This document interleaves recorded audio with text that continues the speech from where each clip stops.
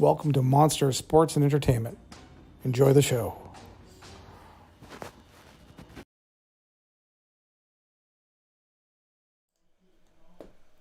Hello everybody, how is everyone doing? I don't know how much of my music you can hear through my headphones. I have no idea. There we go. Hey, there it is.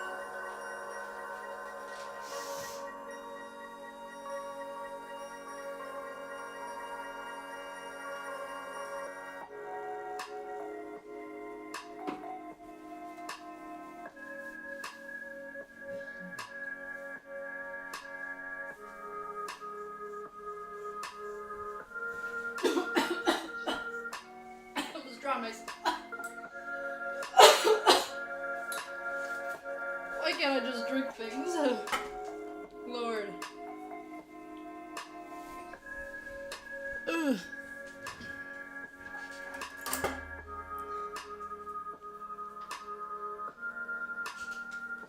Load.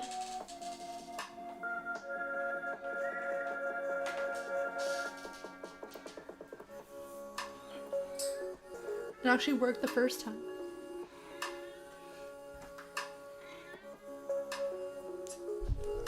Hello, Tripper.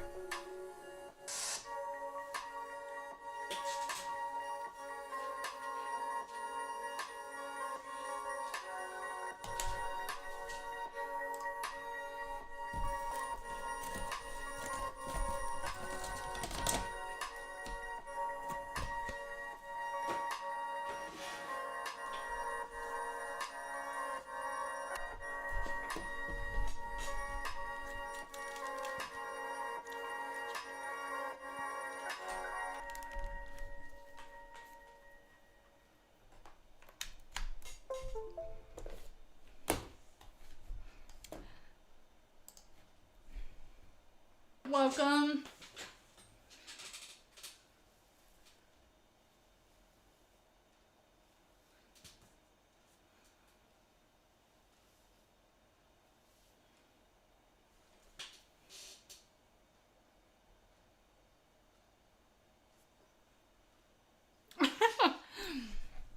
Hello everybody, welcome.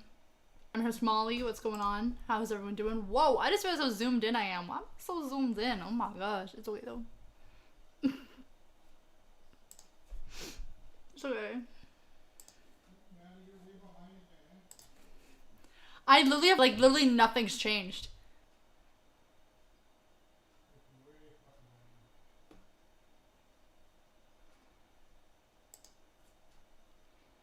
I literally have no idea why it's so freaking behind.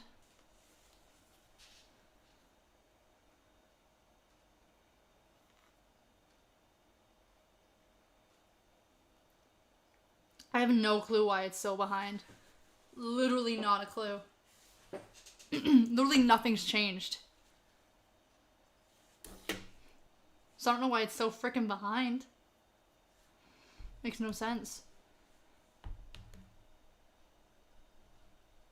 Stay.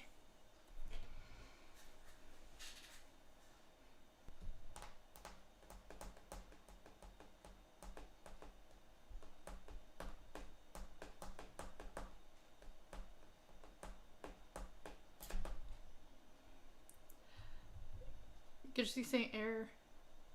Yeah, why is it so behind? What the heck? Lucia! What's going on, Lucia? How you doing, Lucia? PF Wangs? Welcome. Blaze? Figure out why it's so behind. It makes literally no sense why it's so behind. Like, absolutely zero sense. Since OBS updated, it's been weird. New update that I had to install, and now it's been, like, acting all weird on me. Ever since I updated it. That's so weird.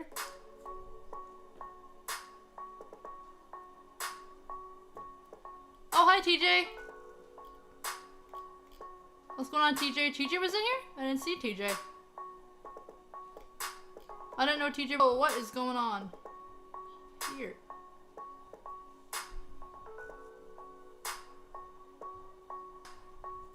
That literally makes no sense. Like, nothing's changed. Absolutely nothing except I updated OBS. OBS kept popping up an update.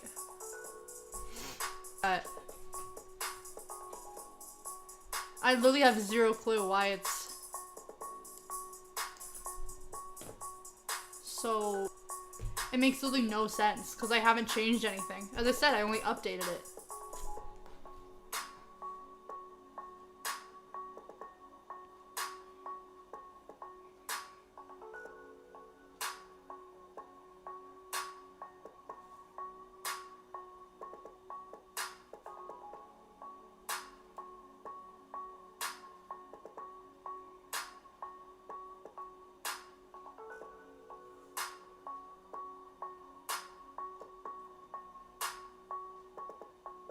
Oh, they're saying sometimes with updates, OBS, and I have a ring in my ear. Sometimes they, when you update OBS and you update Windows, it sometimes like messes up the system or something like that. Apparently, according to Google. I don't know.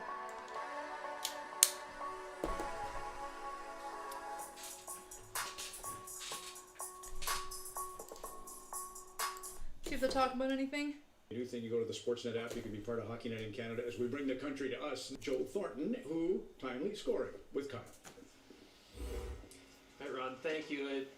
Joe, Senators made it close there at the end, but 40 shots for your group here tonight. What did you like about your effort in the second night of back-to-backs?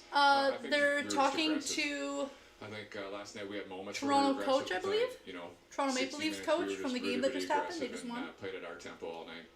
Seemed like no one in that room was particularly happy 24 hours ago. What was your sense of the group as you made your way to the rink this afternoon? Oh, totally fine. Yeah, last night's over. Brand new start today. Good chance to redeem ourselves, and we did that. So we'll go home with the split and get ready for Monday. Is this the best your line played in your 3 games together, you think? I don't know. Last night we had our chances. Tonight we getting lots of chances, even the first game against Montreal. So tonight we just bared down a little bit more and found the back of the net. But I like the way the line's been playing so far. So here's a stat. Your first career goal against Ottawa, it was scored before anyone on the Senators' top line were even born yet. Blue and white. What did that one mean to you? Yeah, no, it's nice. I was going to pass it over to Matty, but the defenseman kind of took him away. So just a little bit of trickery out there, I think. Yeah, you still got it, Joe. Appreciate the time. Is it the coach or like who is that? Good, no look, and Kyle, you know, I think of the World Juniors in Geneva in '97. Babcock was the head coach, and he was the kid. So what did you do yesterday to fix it? I literally did nothing to fix it.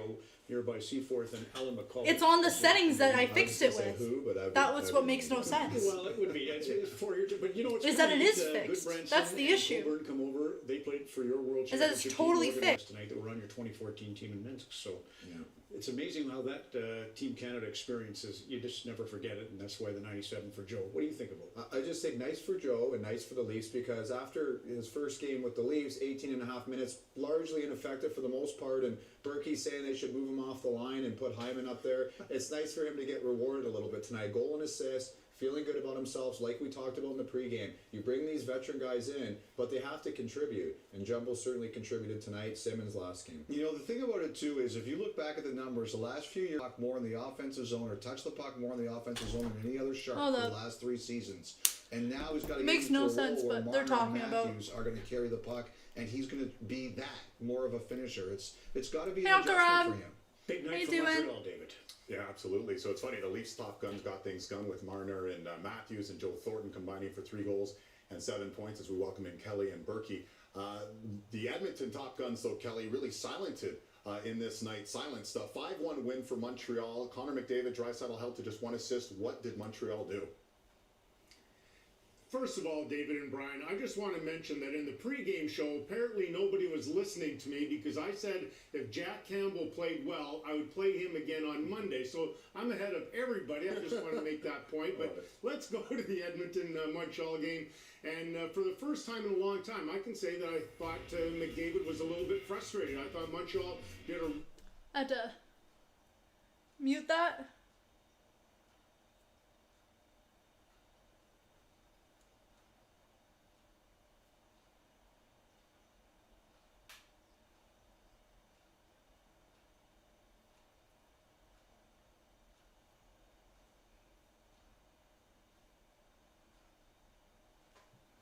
They're just talking right now. Oh, there we go. Now they're back to actually talking about don't normally say that I think McDavid music. I just have to mute it for music. Copyright Yeah, I mean, reasons. they did everything they needed to do, and we highlighted some Joel Edmondson earlier in our show as well, and there was a collective group defensive effort, Brian, but it all stops with Carey Price. 34 saves, pretty sensational tonight as well. Well, this game got out of hand for Edmonton, but early in the game when it was close, Carey Price was excellent. He made some really big saves, and he handles the puck. He's such a good puck handler, and we don't ever talk about that because there's lots of goalies who handle the puck well now.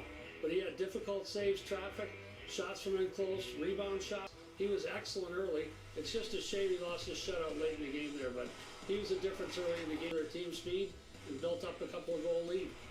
Boy, they've changed the whole perspective of their team, adding 4 Stanley Cup winners, and again, relying on some of their veterans as well. Jeff Petrie with 2 goals, Thomas Tatar with 2 goals, and he's standing by back in Edmonton with our Tony Bra.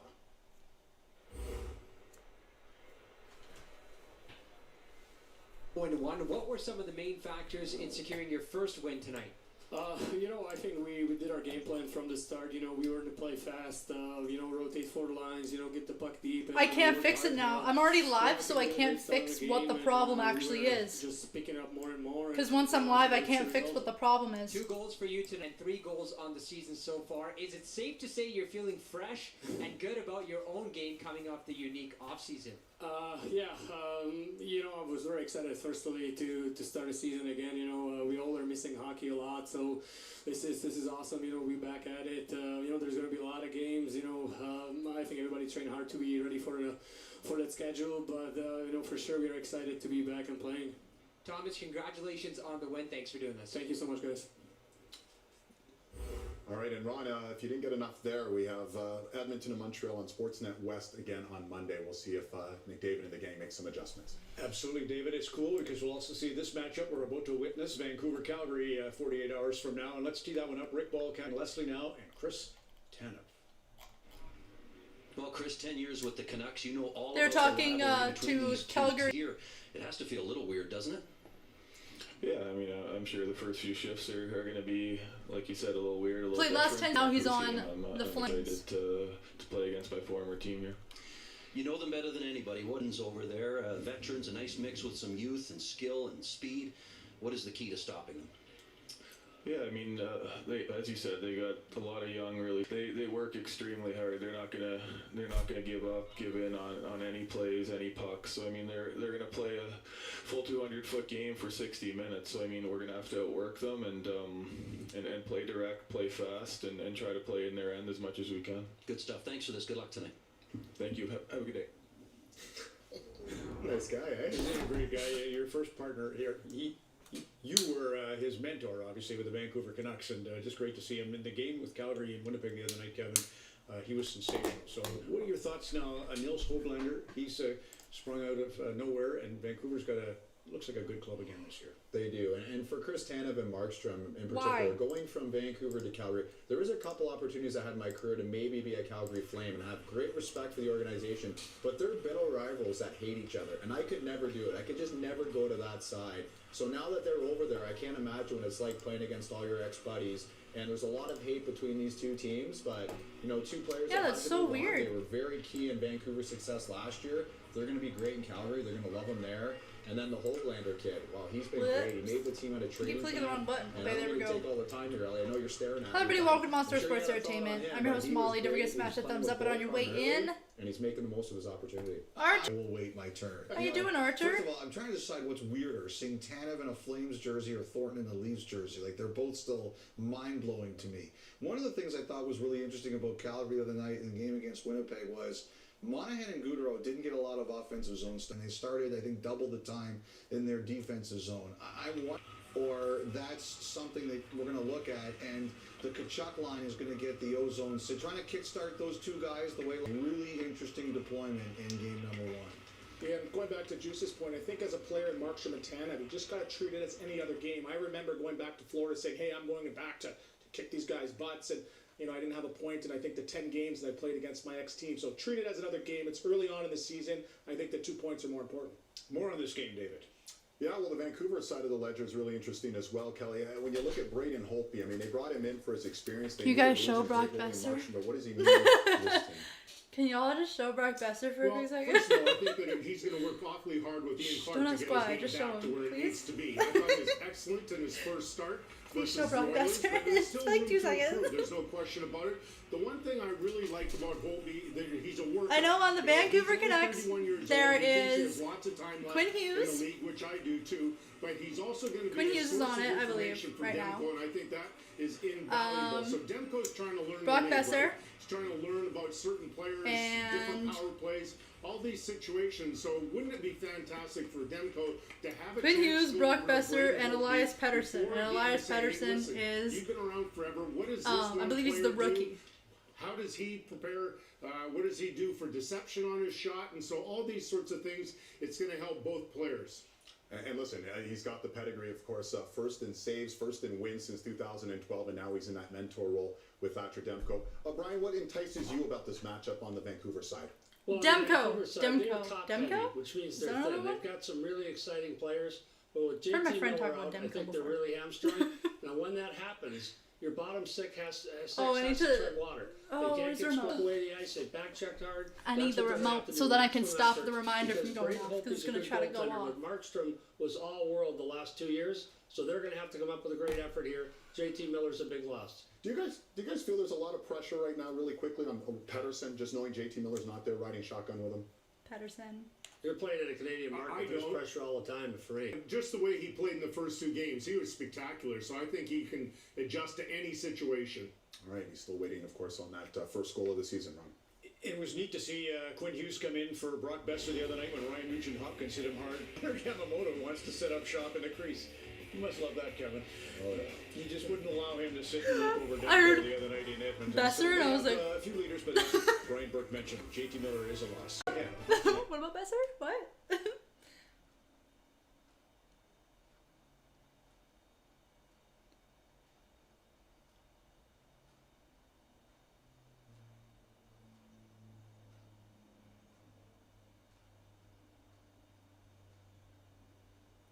There's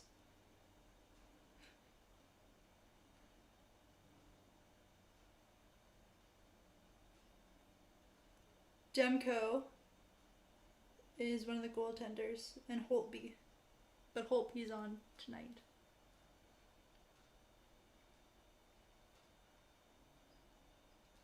Where's... Can you show the team? The roster. There we go. Found what I was looking for. Oh yeah, the music stopped. Because the... It was off. Hun!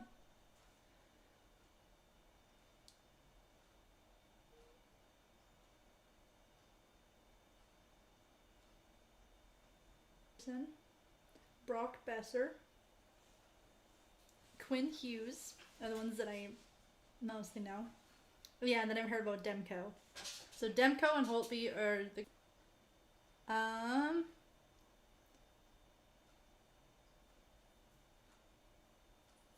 it just showed Holtby was at the net, so I'm guessing he's playing.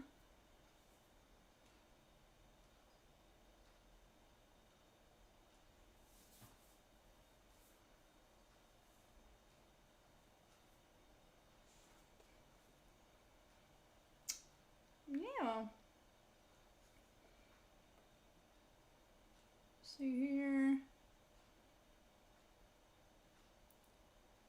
Saying Holt.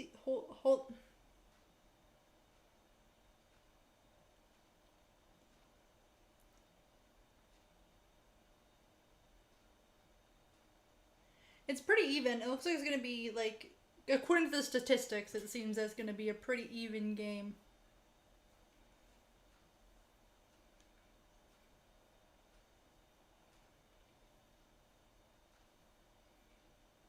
I'm cheering for Vancouver. Let's go Vancouver. I remember the first time that I watched a Vancouver game, I was like, let's go Vancouver. And I was like, why did I say it like that? I was like, why did I say it like that? Hey, Damien. How's it going, Damien?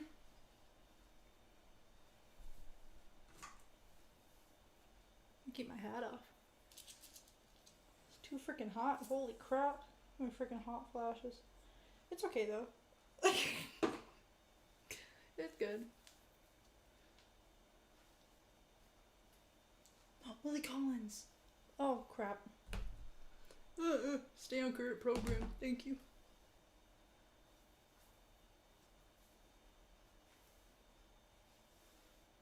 Ooh. Alright.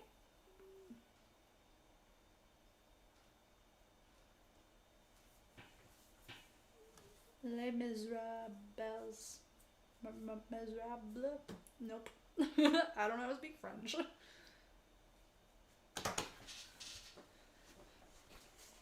When you're mostly like French Canadian. When your ethnicity is mostly French Canadian. Don't know nothing. I cannot speak French for the life of me. The Canucks and the Flames, Rick Ball, Cassie Campbell-Pascal, and Ryan Leslie. Bank Saddledome and Ryan Leslie. Ryan. Thank you, David. You know, since 1971, the Calgary Canucks have been a mainstay in the Alberta Junior Hockey League. 9 league titles and 1 national championship. But coming into tonight, all of the talk is about the Calgary former Canucks. 4 of them, if you can imagine, are now members of the Flames. Jacob Markstrom was rock solid in the season opener in Jacob Winnipeg. Markstrom. Now going the other way, it was Travis Hamonic who had signed with the Vancouver Canucks after 3 seasons with the Flames. You know, he did not join the team when they went into the playoff bubble amid some Markstrom concerns to understand my decision. But today, he felt the world is a different place than it was back then, and he says he has the utmost confidence in NHL. Places, different places, same great rivalry. David. That's right. We have to guess there's a lot of money on the board tonight in Calgary, Ryan. Thanks so much. A tribute to Ken King and puck drop from Calgary. It's straight ahead on Hockey Night in Canada. Whoop, better pause that.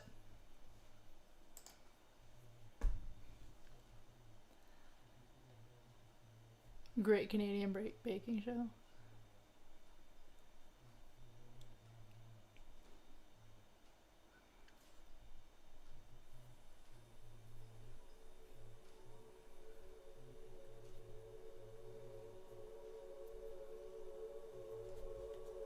Careful what you wish for, because you don't know.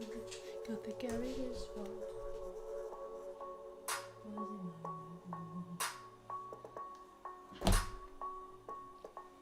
Hold up, I'll be right back.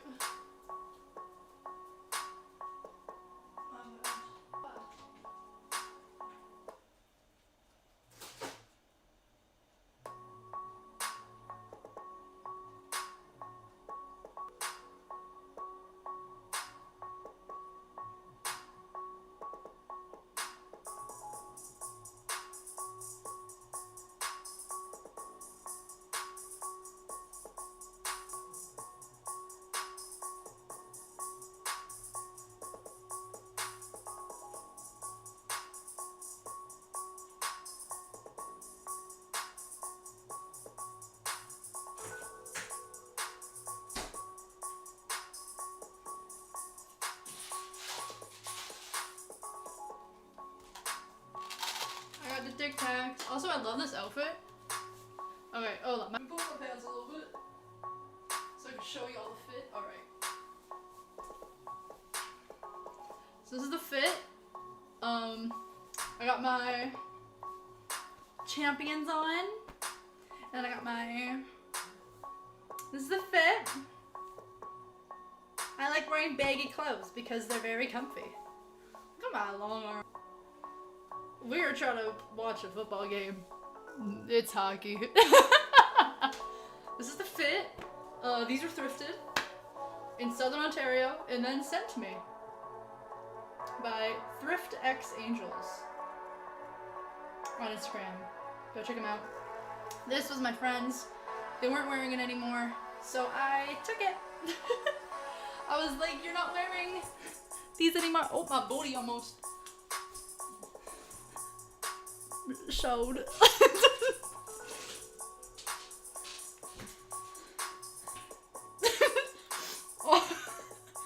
Honestly, knowing me, I'd be one to accidentally show my ass on the internet. Knowing me.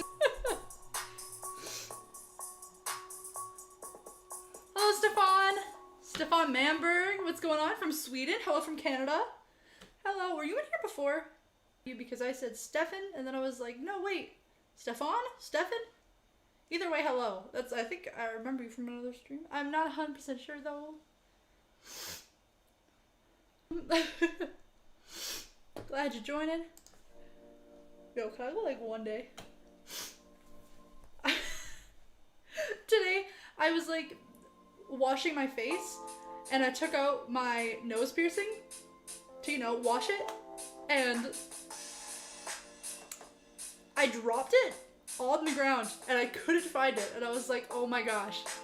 I was like, I have I have to be at my lab in like an hour, and I still had to get everything in my bags for the lab. My hair was still up in the towel. I did have my scrubs put away.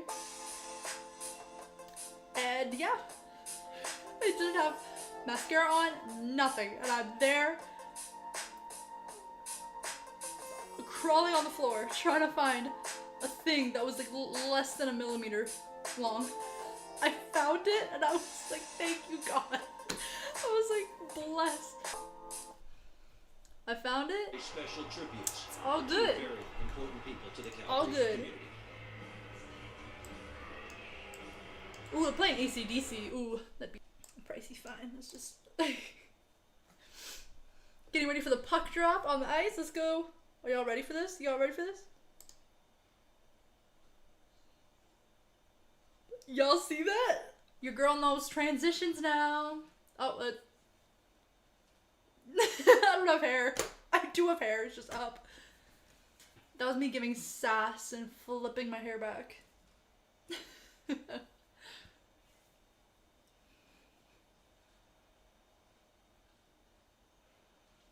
They are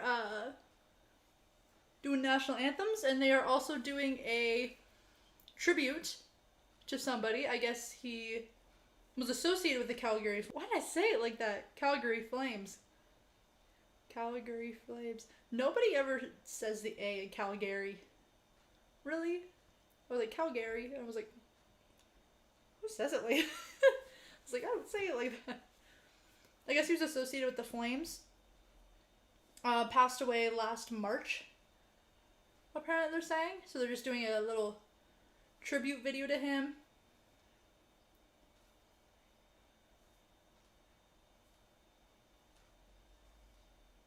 Oh dang, I can't watch it. Oh no. I don't even know who the guy is, but that's like the most sad. I don't even know who this man is, but the montage is just like tugging at my heartstrings. It's okay. I'm not gonna cry. I cry a lot. I will be honest. Like, it's not that I'm sad. I just like don't know how to. I'll get really excited about something, and then on my eyes, I'll start like crying, and I'm like, what's wrong with me? Ramen, and it tasted so good, and I started crying because I was so happy I had the ramen. I was like, okay. I was like, now this is an issue. I'm like, before it was just funny and weird. Now it's an actual problem. I was like, ooh. Ken King. Who was Ken King? Was he like the founder or something?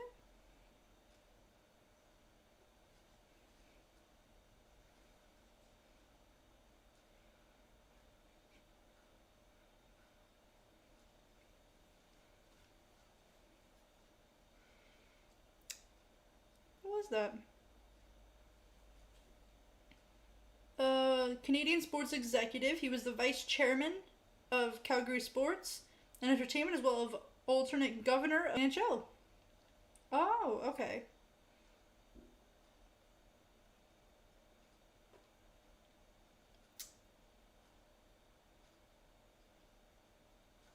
Might have been a gunshot outside. It's fine. That sounded like a gunshot. Like a muffled gunshot. And I was like, alright. Okay. Most likely wasn't. Although with our city, I wouldn't necessarily be. Is that messed up that I live in a city that if I hear like a gunshot, I'm just like, alright. That's kind of messed up. I'll just be like, alright. Normal day. I don't know what mascot that is, but it was like a wolf of some kind with like a tongue hanging down to a mood.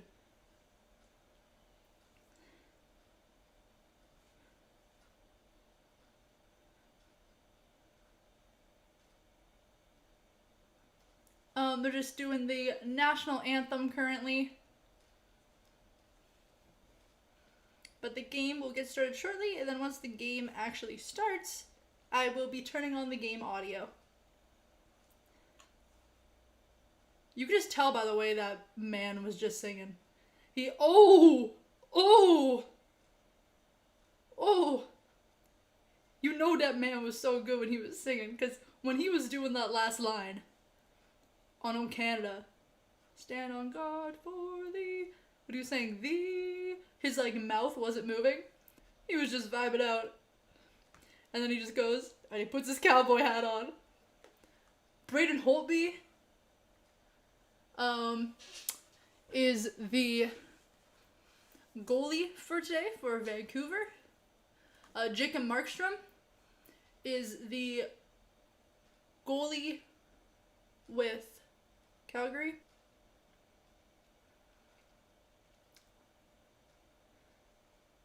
Did they just say last season he was with Vancouver? That's why I know his name then. Oh, game getting started here. I'm just gonna get this little side up here. This one is underway. Beagle trying to feed it out front. Tana, the former Canuck, able to cut it off and steer the puck towards the boards.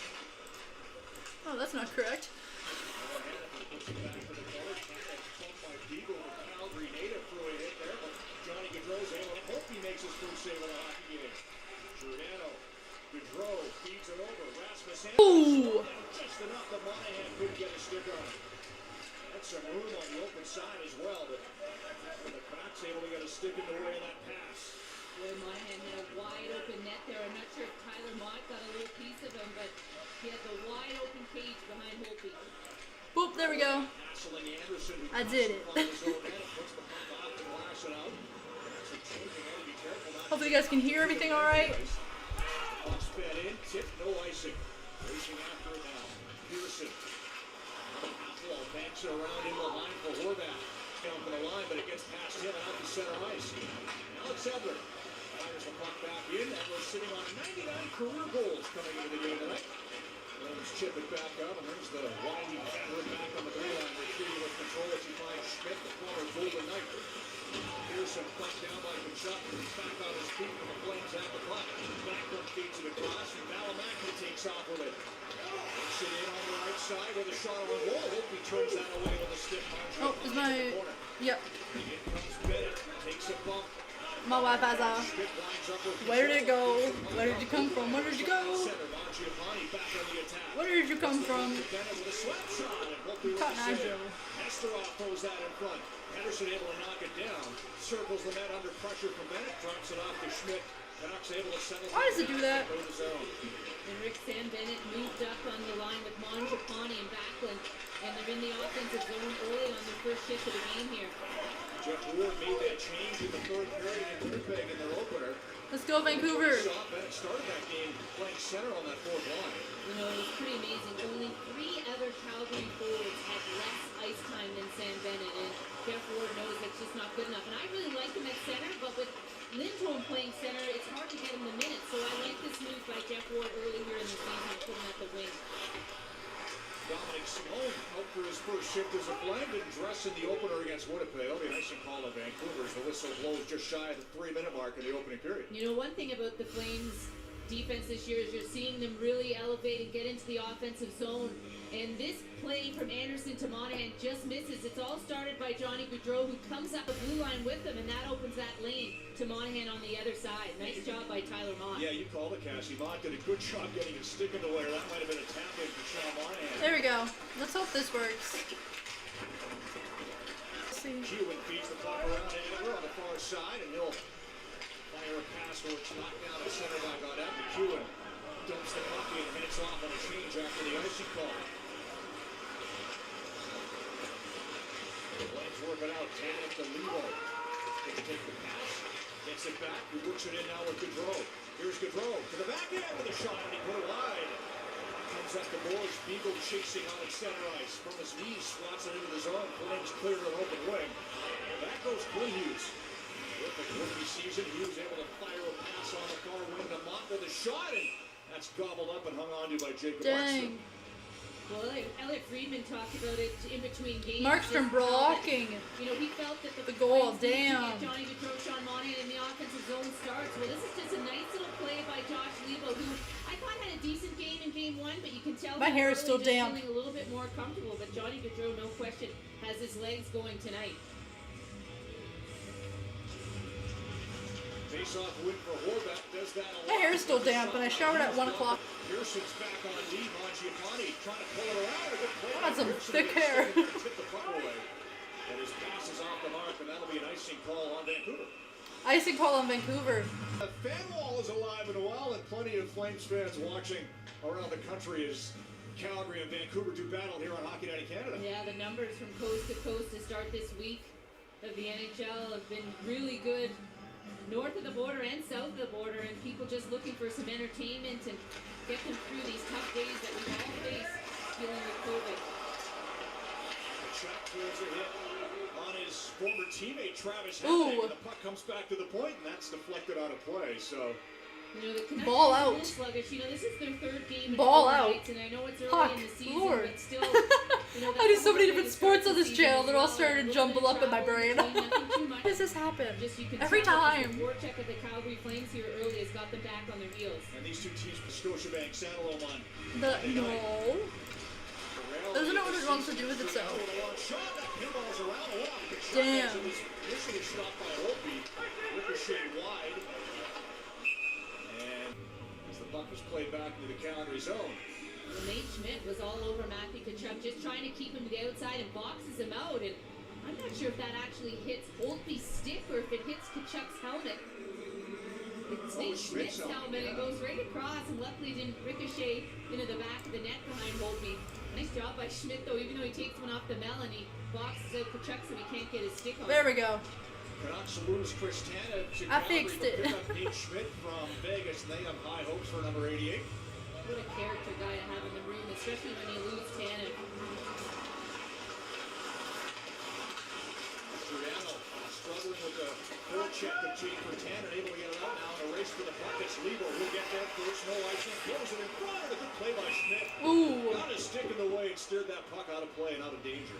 You know, just going back to what Elliot Friedman was talking about and maybe the lack of starts in the offensive zone for Gaudreau and Monahan, I think that's something Jeff Ward, he wants to give them the responsibility, though, in the D zone. And, you know, a lot of the times with Johnny Gaudreau, he gets his offense from coming with speed to the neutral zone, and they feel that Sean Monahan can win a lot of draws in the defensive zone and allow this line to get a lot of chances off the rush. Face-off win for Cole Horvat. Second most face-off wins in the entire league last season. As he steers the puck into the zone, hands up on the forecheck. Monahan stumbles, sweeps the puck to the corner. Canucks get it back. Schmidt plays it over. Here's Edler. Shoots. Stop. Oh! And it got past Hoglander, trying to backhand it towards Vancouver trying to go for the shot. Hoglander drops it back to Schmidt. Backs it ahead to Horvat. Puck in deep. 5 minutes gone, first period. Mangiapane. Bennett ships it around. Oh, good. Mangiapane plays it back to the point. Nikita Nesterov feeds it across. Noah Hannafin. Holtby blocking the shot. Knocked away from him by Patterson. The puck's cleared out. Nesterov plays it right back in. Holtby leaves it behind the net for Myers. Born in Texas, but grew up in Calgary, Tyler Myers. Spent some time at the Edge School here in Calgary. And he gets the puck back and then drops it off. 20 Hughes turned back by Lucic. And that'll be offside as Roussel backs in early over the blue line. Offside. Jacob Markstrom makes his first save against his old teammates, and the Canucks had 2 goals the other night, both one, and then Tyler Mock got one from a shot from the point. And Alex Edler, a lot of traffic here in front, just gets this to net, and a good simple save by Markstrom. And how about Edler looking for his 100th career goal? 14 minutes left in the first period. Tripper, you're gonna fall off, bud. Win the draw, but Dominic Simone able to keep the play on side only for a moment. Now it's out of center. Simone's back Honey. off the former Pittsburgh Penguin. Plays it back into the zone for Chris Tanev. Simone cuts through center. Makes a nice play. Lucic down the That's lane. gonna fall Lucic. off. As he went to shoot, got it back. In time to make a play to Tanev. Noah Hannafin. Shoot towards the goal. Off the post. Oh my gosh, that was so freaking close. The post. And it stayed out. Thank gosh, Calgary almost got a goal. There we go. Looked like Markstrom may have got a piece of that one as the Move you this way a little bit. There you go. Now I can see the screen better. Yay. no, now I can't see. Rasmus Anderson back to the Flames captain. No fear ahead for Gaudreau. Little tip pass. We good. Monahan follows up. Jordan plays the puck to the near side. Gaudreau chasing in the corner. Gets the puck from Anderson. Back to the line. Giuliano's shot block. Gets it right back. Deflected off goal. Oh my gosh. Johnny Gaudreau. Good job, Holtby. Keep it up. Damn. Monahan. Anderson. One-timer. Good save by Holtby as Anderson got along on that one. And now Sutter relieves the pressure. And Edward jumps up on the rush. Canucks have numbers. A shot by Edward turned away. Darn. Markstrom blocking that. Gaudreau lost the puck as the Canucks steal. It's Sutter. Walks it across. It's the puck to the boards. Hughes in deep. To the circle.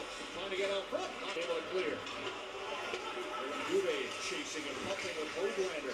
Knocked him down and made the play as he finds Pearson. Play back across. Hoglander with pass on the skates. Dubé steals. Might be a 2-on-1. Dubé and Kachuk. Dubé. Oh no! Oh, that was so freaking close. Vancouver was, Calgary was so freaking close to scoring. Oh my god. No. Good. Top of the crease to Hoglander who touches the puck, and the Flames are going on the power play. When we come back, great play has been tested. And the latest one from Dylan Dubé. Terrific Oh save. my gosh.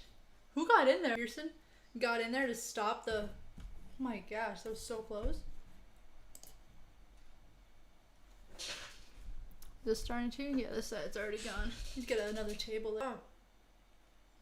I need to get another table like this that I stream on, because this table, I need to get one that's like, actually what I need to do, look at me using my big brain, is I need to get a piece of,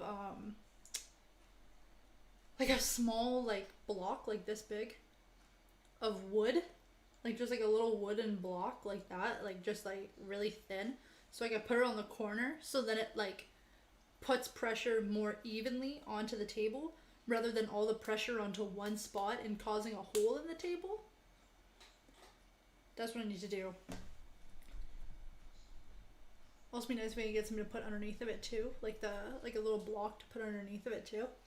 I should be able to get one. It's easy to get wood here in my city because there's trees everywhere. So I'm not cutting down tree. I'm just saying there's lots of trees where I live. And there's lots of farming where I live. And there's lots of wood where I live. When you're in the middle of Canada, especially in northern Ontario, lots of wood. Okay, you move there. There we go. Wake up early tomorrow. Get some school stuff done. It's gonna be great. It's gonna be a good time. How close There we go. this is to going in the net is, I think, Oh. lost it with the screen in front. That was job by freaking so Hamonic to close. tie up the Flame there. Power play is brought to you by Kit Kat Chunky. Now 20% chunkier. Win 1 for 3 against Winnipeg in the season opener on Thursday night. Beagle faces off against Monahan. Mott drops it to Edward. He's handed it up the board. Sanderson trying to keep it in. He did. Monahan trying to get it set up now. He works the puck all the way across to Elias Lindholm. Lindholm down low. Monahan scores! Damn, suck it. On the power play makes it 1-0.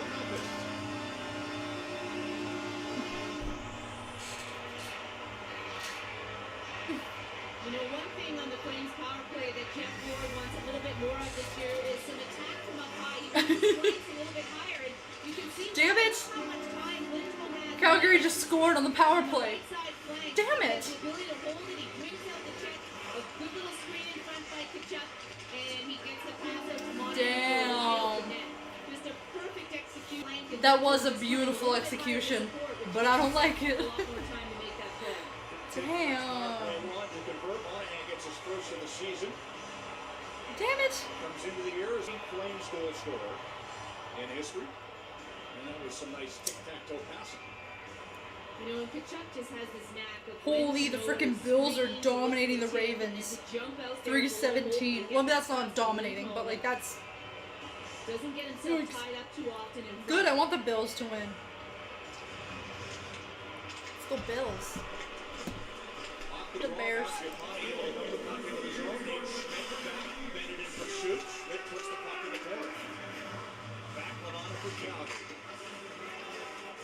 Damn. I need to stop saying that. I always say that every single stream. I don't know why. Preston! What's going on, Preston? How you doing, P. Diddy? What's going on? How you doing? I don't know why I still find that a little hard to believe. I read that today. I just feel like he's so much younger. Seems like yesterday he was breaking into the league. Here's the Canada long pass. How you doing, Preston? Henderson was gone if he got that cleanly.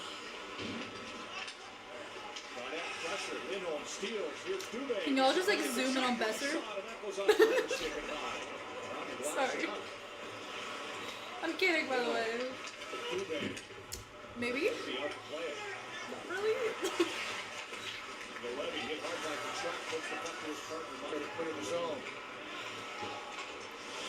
Get it away from them. No, no, no. No, that's wrong and you know it. No. It's wrong and you know it.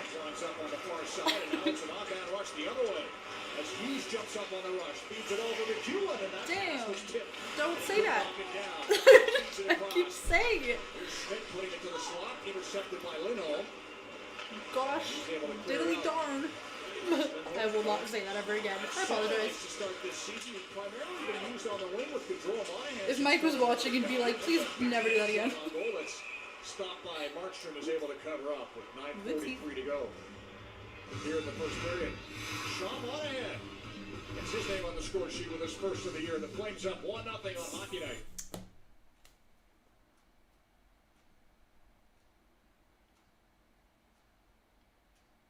Just under 10 minutes left, and it's Calgary 1, Vancouver 0. I'm sure oh my lord. Words, please. I am cheering for Vancouver. Let's go Vancouver. Yeah, I don't know why. That one stream last year when I was cheering for Vancouver, for some reason I was just like, let's go Vancouver. Like I said it like real Canadian. And I was like, why did I say it like that? Also, go check what's going on. Molly's not reading the chat. Post weird TikToks? What? Well. Okay, now that I've regained my thoughts, Molly's not reading the chat. Post weird TikTok. I'm reading the chat. Is there like... There's nobody in the chat, Preston. Preston, you're the only one watching. I mean, you're the only one that's talking in the chat. Really good. What's going on, Preston?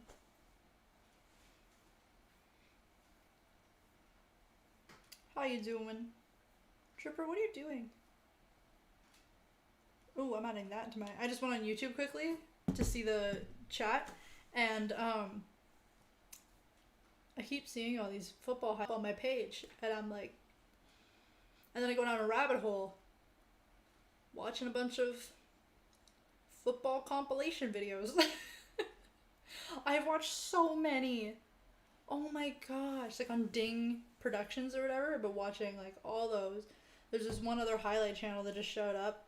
I'm gonna be watching that video.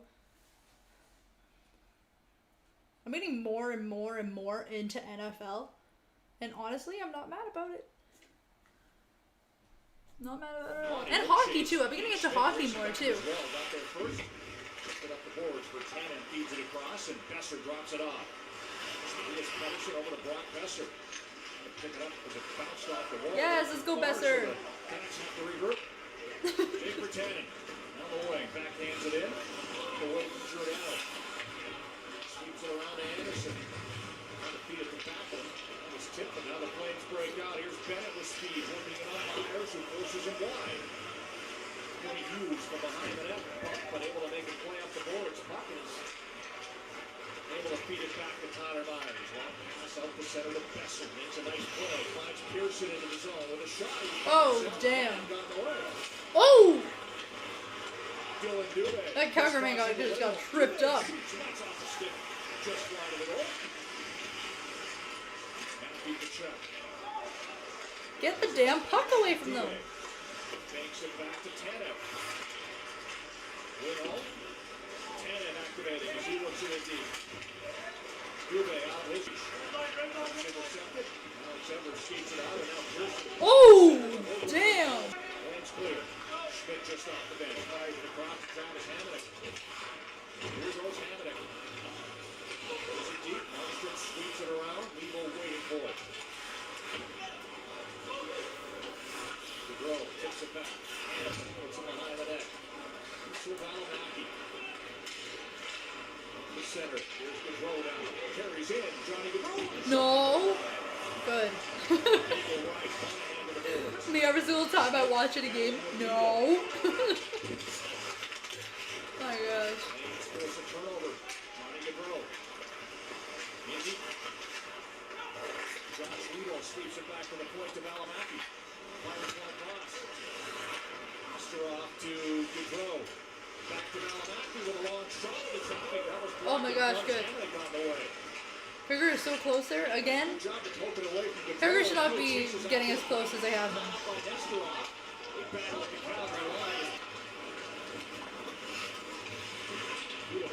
Back in the NHL, spent 3 seasons. Big champion in Calgary. The puck comes towards Hope. He steals it away. Estorff paired up with Yusuf Valimaki, who's back in the lineup. He's like a found player as well after missing all of last year. And then blew out his knee training in the offseason to miss the entire year. There was 636 days between NHL games, and he's just hoping the injury bug is just away. He had the high ankle sprain early in his career, and then the unfortunate knee injury, but he's looked really good for the team. I thought he was decent, and he's looking good here tonight as far as jumping up into the play. Rasmus Anderson, shadowed by Lieutenant.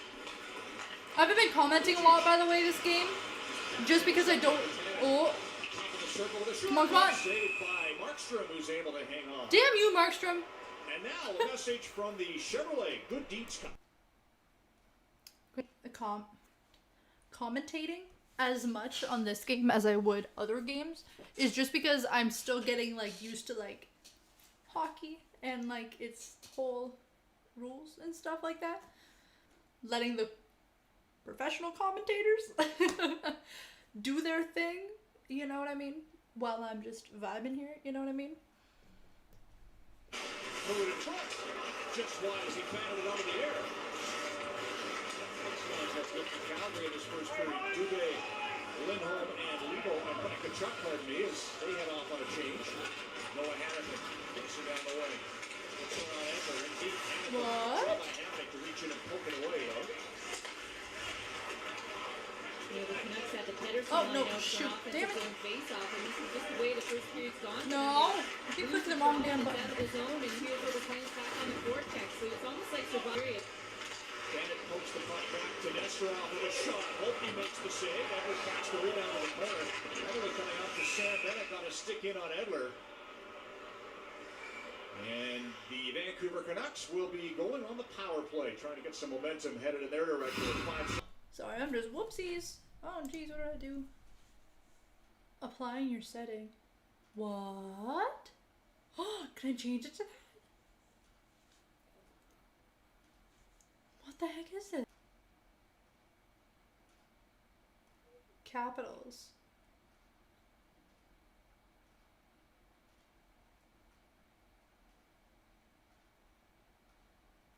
Flashing? I'm gonna keep it on auto.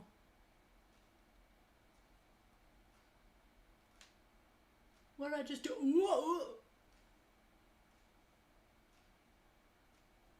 Never mind, I don't like that. Oh no, how do I go back? I messed up. Oh no. Lord, Lord. I didn't know you could change the color of the captions. I don't want it to be blue anymore. Magenta? Cyan? Ooh, I cannot read that. Oh, all the letters are so close together. Oh, I can totally keep cyan. I'm totally okay with cyan. I'm just gonna keep it as auto for that. Primary language, secondary language, secondary language. Ooh, okay, I like the cyan. The cyan is so much nicer to read than the white. Ooh, it's so pretty. I really like cyan. Okay. I see you, cyan. Alright. Okay, I see you. Game back on. Power play Vancouver, yes! Damn.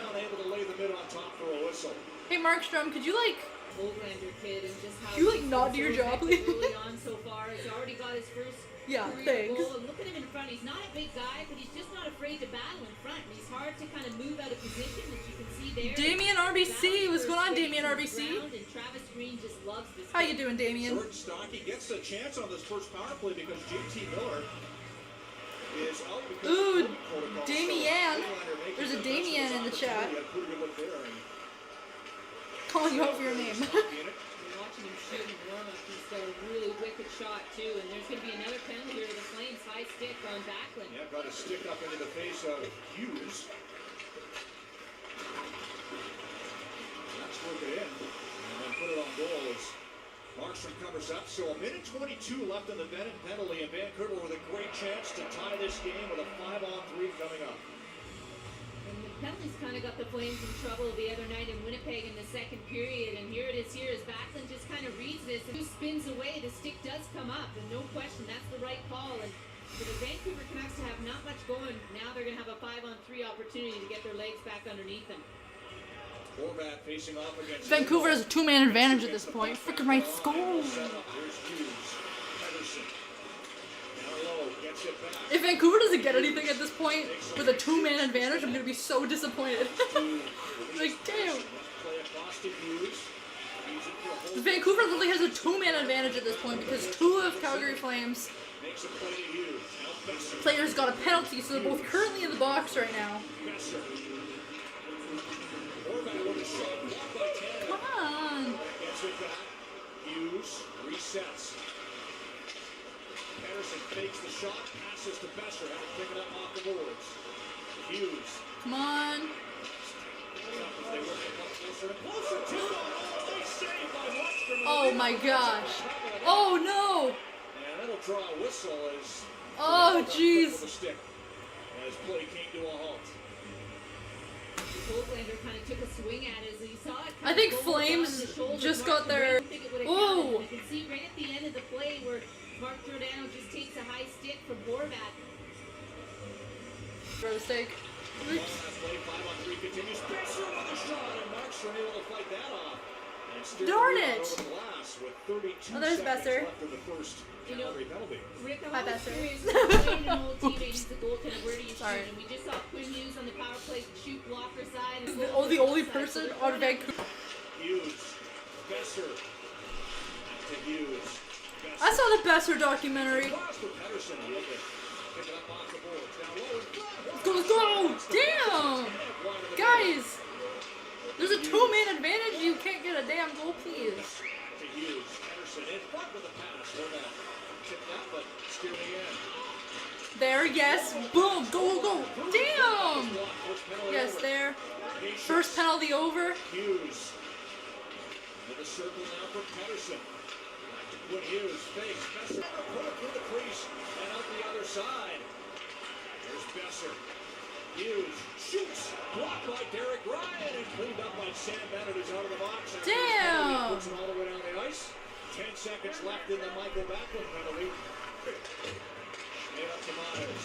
Carries in. Comes to the board. Buckler's deep. Askarov turning. Flames have killed it. Had a chance on the 5-on-3, but still 1-0 Calgary. Let's see if that power play there just gives him a little bit of life here to finish this first period. Buchanan steps around a check. Drops off the puck all the way back to Schmidt. That hit Pearson in the foot. Felt that one. And Schmidt let it rip. Monahan carries in. Passes Taylor. Cleaned up by Garland. Dang. Away he goes. Pearson struggling on. Come on, Vancouver, yes! Here's Garnett. Circles the net. Oh. Driving onto the corner. Fought Kicks it up, put it in front. That was blocked by Valimaki. He feeds it ahead to Gaudreau. Now Monahan on the wing to Kachuk. In the corner for Johnny Gaudreau. Back to Anderson. Lays it behind and up for Kachuk. The backhand pass never got there. Blocked off the skate of Beagle. Anderson kicks the puck back into the corner. And Monahan hit it. Kachuk took it away, but his pass goes off the foot of Johnny Gaudreau and all the way down the ice. And Pearson headed off for a work seat. He lifts it back to the breast of the ring. He didn't put any weight on that foot trying to get back to the bench. These men skate so fast. Just pointing that out, they skate so damn fast. Long shot, turned aside by Holtby, gathers in the rebound, and hangs up. Good job, Holtby. So the Canucks get some life from their power play, and just watch the saves from Markstrom. But how this one doesn't go in? I mean, how does it not hit the back of Markstrom's skate? This opportunity by Hoglander and head behind him. It goes straight through the other side. And there's the shot from Nate Schmidt that hit, really struggling to get to the bench, and he's now gone back to the locker room. Oh, Pearson going back to the locker room? Oh, Vancouver, he got hit there? Dang. Skates away from Monahan as he circles the net. Looks the puck over the Calgary line, tipped away by Tanev.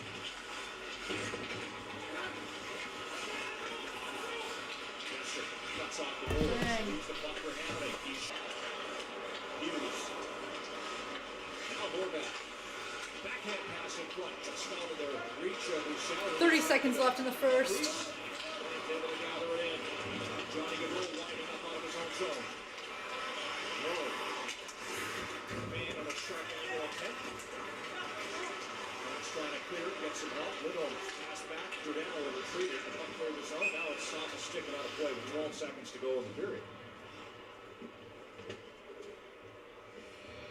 Two very different detectives must work together whether they like it or not. Pretty hard cases. New series begins February 3rd at 9 o'clock on CBC and CBC Gem. Ow, I just ripped my hair out. Ow, I didn't mean to do that. My ear's itchy, but like on the inside. So, but I'm not putting my finger in my ear. So I'm just gonna like vibrate the outside of my ear and hope like the vibration. Flames have the lead on Sean Monahan. Damn. First intermission. Damn. Stop saying damn. I keep saying it. I don't know why. I don't want to keep saying it. I want to stop saying it. Why am I so tiny? Oh my gosh, I can make myself so small on this. Oh, really? There we go. First intermission here. We're gonna go boop. I'm gonna go over to some music right now.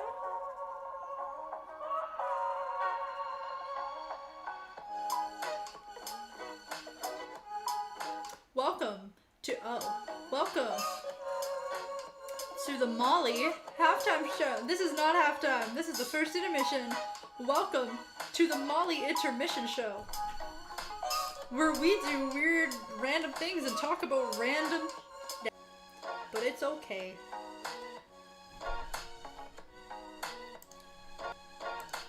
You know, there's only 3 of you in the chat, but you know what? I'm gonna talk to y'all.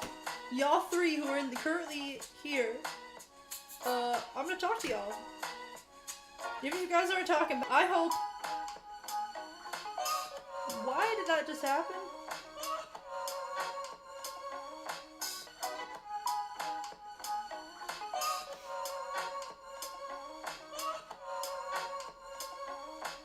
These Rakuten commercials are weird. Why do these pants make me look like I have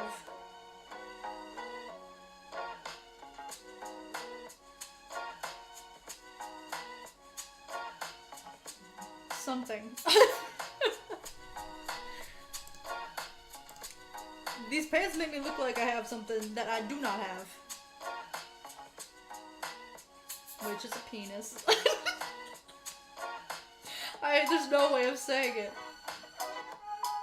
The pants go up. I was gonna show y'all. I was like, that's kind of inappropriate. Sometimes, my issue is, on this channel, is that I'm starting to get a little too comfortable. So, like, I just have to be careful and remember, whatever's put out into the internet is basically there forever, so, like... Yeah, just to clarify, I don't have a penis. I don't know how this has got here. Lord. My gosh.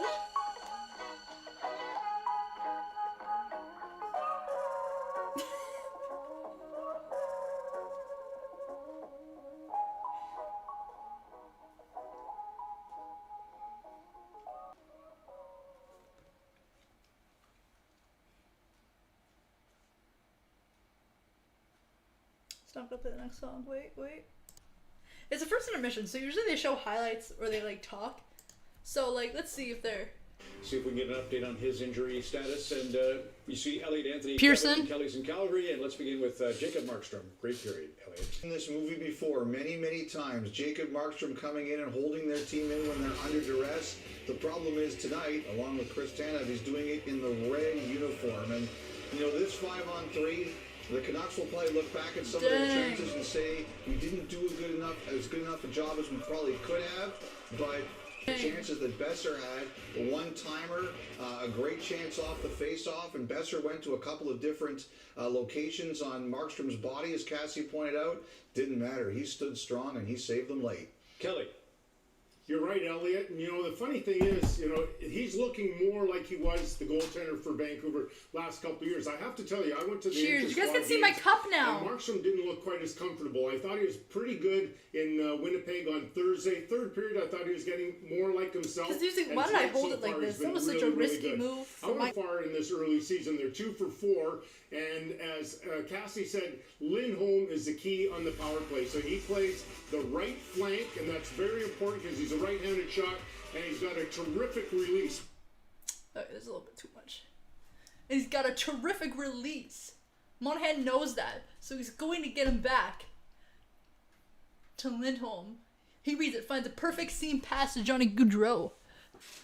At 1-3 Thursday in Winnipeg, and tonight, look at the... You're going so damn fast, boy. You talking so fast. You gotta give me a damn second. I can't read subtitles that damn fast. Defenseman tips, Kevin. We're going to me now? Yeah. That's what my cup usually looks like. Little candy canes on it. Anyways, 2-on-1s, right? Like, yes, they're Christmas cups, and yes, they use them all year round.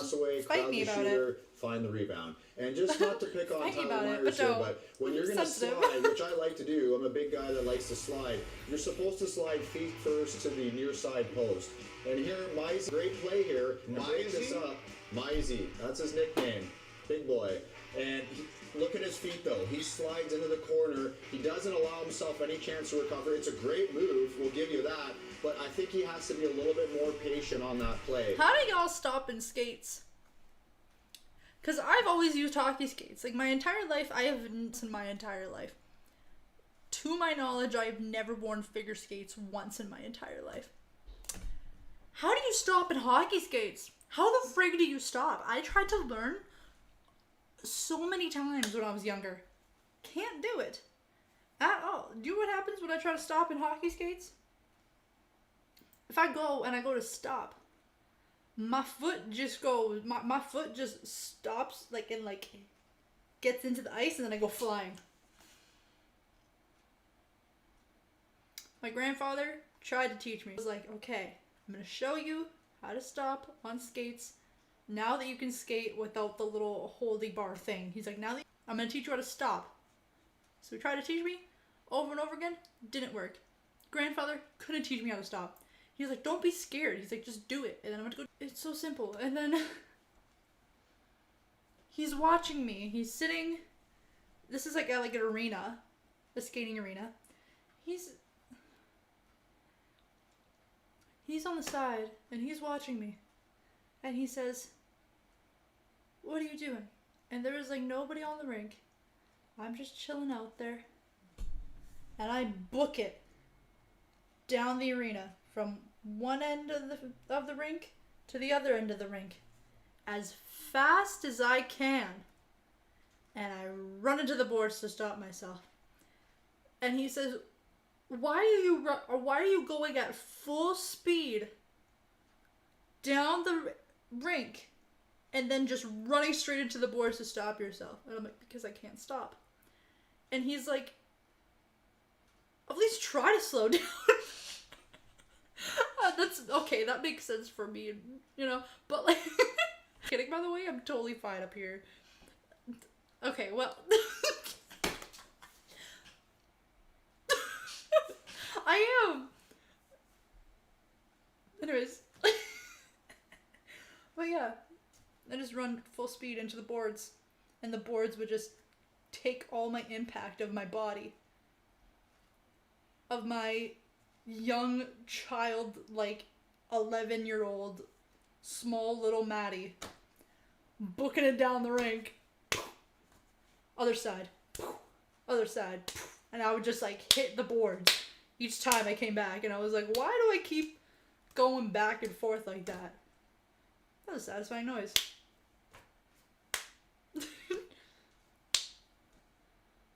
Anyways, I don't know what the point of that story was.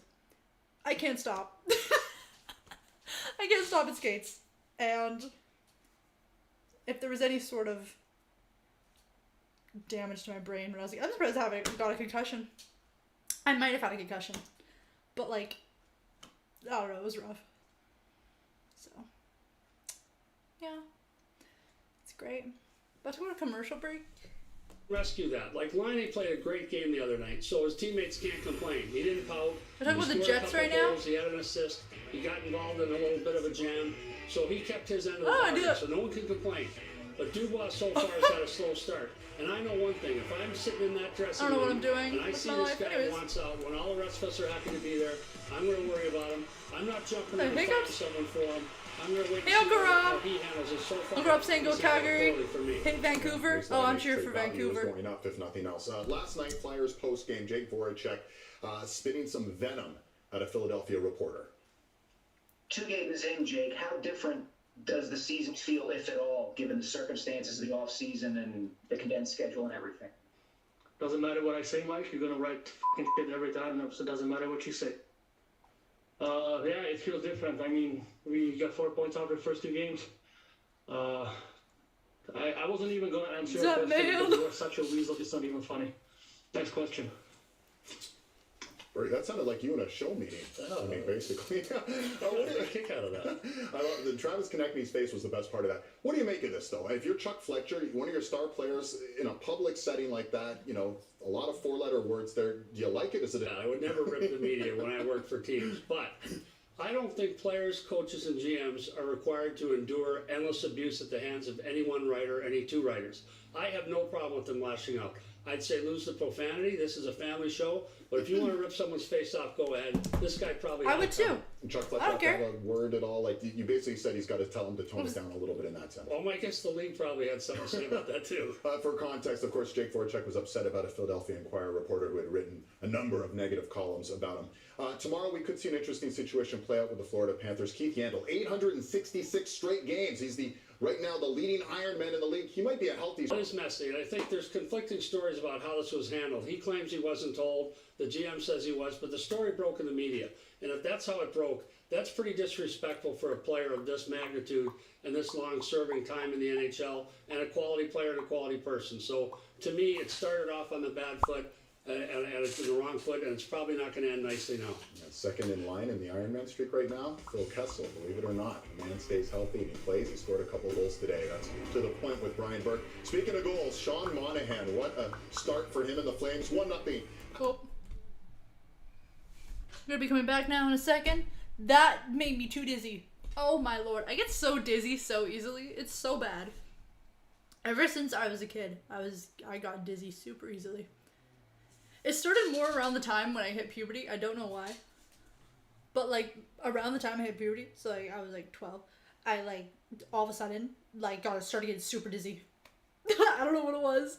Like I would be playing on the schoolyard and I turned my head too quickly and I like almost dropped. got so dizzy. And I was like, yo, doc, why I get so dizzy? Why I dizzy get? No. Why, I'm like, why do I? I'm like, doc, why do I? And my doctor was like, I don't know. Maybe it's just the way your fluid is in your ears. Because the whole thing about balance, it has to do with like fluid that's in your ears. And I'm like, take it out. I can't just drill into your ear and suck the liquid out. She's like, that's not how that works. And I'm like, oh. Good try. She's like, I can't just drill into your brain, into your eardrum, and then just suck out the liquid. And I was like, oh, that sucks. She's like, yeah, you're just gonna have to deal with it. I was like, alright. She's like, just don't turn too fast. I was like, alright. I ran into the freaking board. I was skating. Maybe that's why. Maybe that's why. Because I just like ran into walls as a kid. That's not why. They're completely unrelated. Maybe. We're going to see how well that works. Takes no chances and hangs on. Cassie, some sad news for the Canadian Olympic world earlier this week. Yeah, Kathleen Heddle, we lost her. I think it worked. I'm gonna have to do that a few times during the stream.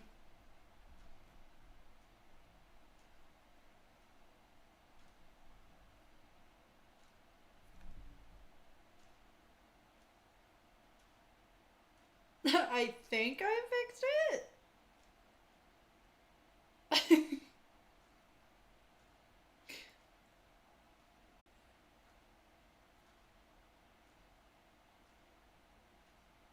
Yeah, I think I fixed it. Lord almighty, I don't understand why that happens. It's only as I said, it's only happened since I refreshed, but I'll figure it out. I'll have to figure out what it is. I haven't done anything different, that's my problem. I didn't realize how behind I was. Holy crap, I just went to go check on the stream. I was like 20 minutes behind, guys. 20 minutes behind. Yikes. Because I realized P.F. Wang just talked about stopping on skates, and I was just like behind, and then I was like, wait, it's not him, it's just the stream. And then I looked on YouTube, and yeah, it was just a stream. The stream was extremely behind, so should be fixed now. Just for this stream, but I just read up on something that I'm using the wrong setting on YouTube itself. I have to change my YouTube settings whenever I go live. Because apparently there's these things called latencies.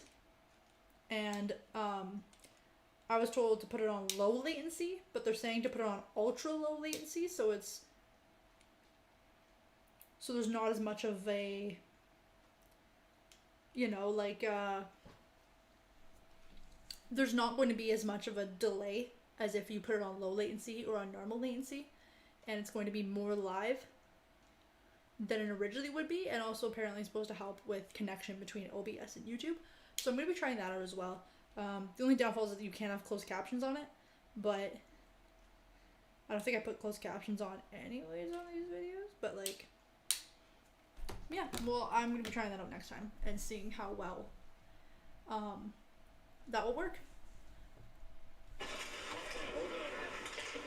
Duve's able to steer it out. Race for the puck. Hunters gets there ahead of the shot and plays on his dots.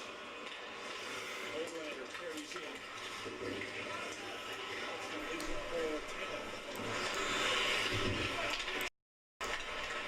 Johnson back to Duve as he wheels down the wing. Kick from Cochran. Looks it back to the line. Drops it off to Nesterov. Nesterov in deep. Put it in front. Kachuk falling makes a shot on goal. And then Rochelle tips it back to Hopi, who... The current time is 11:26. That was a bit of a scary moment for Hopi. So was it Trip or Honey? The was a little bit open, and he kind of taps it in. Of course, you're playing with new teammates, but what a job by Matthew Kachuk. Again, he gets into the... Trip, we're gonna go to bed right after this. Don't worry. My cat's like fighting to stay awake. That Matthew Kachuk does so well is the ability to keep the stick free so he can make secondary plays.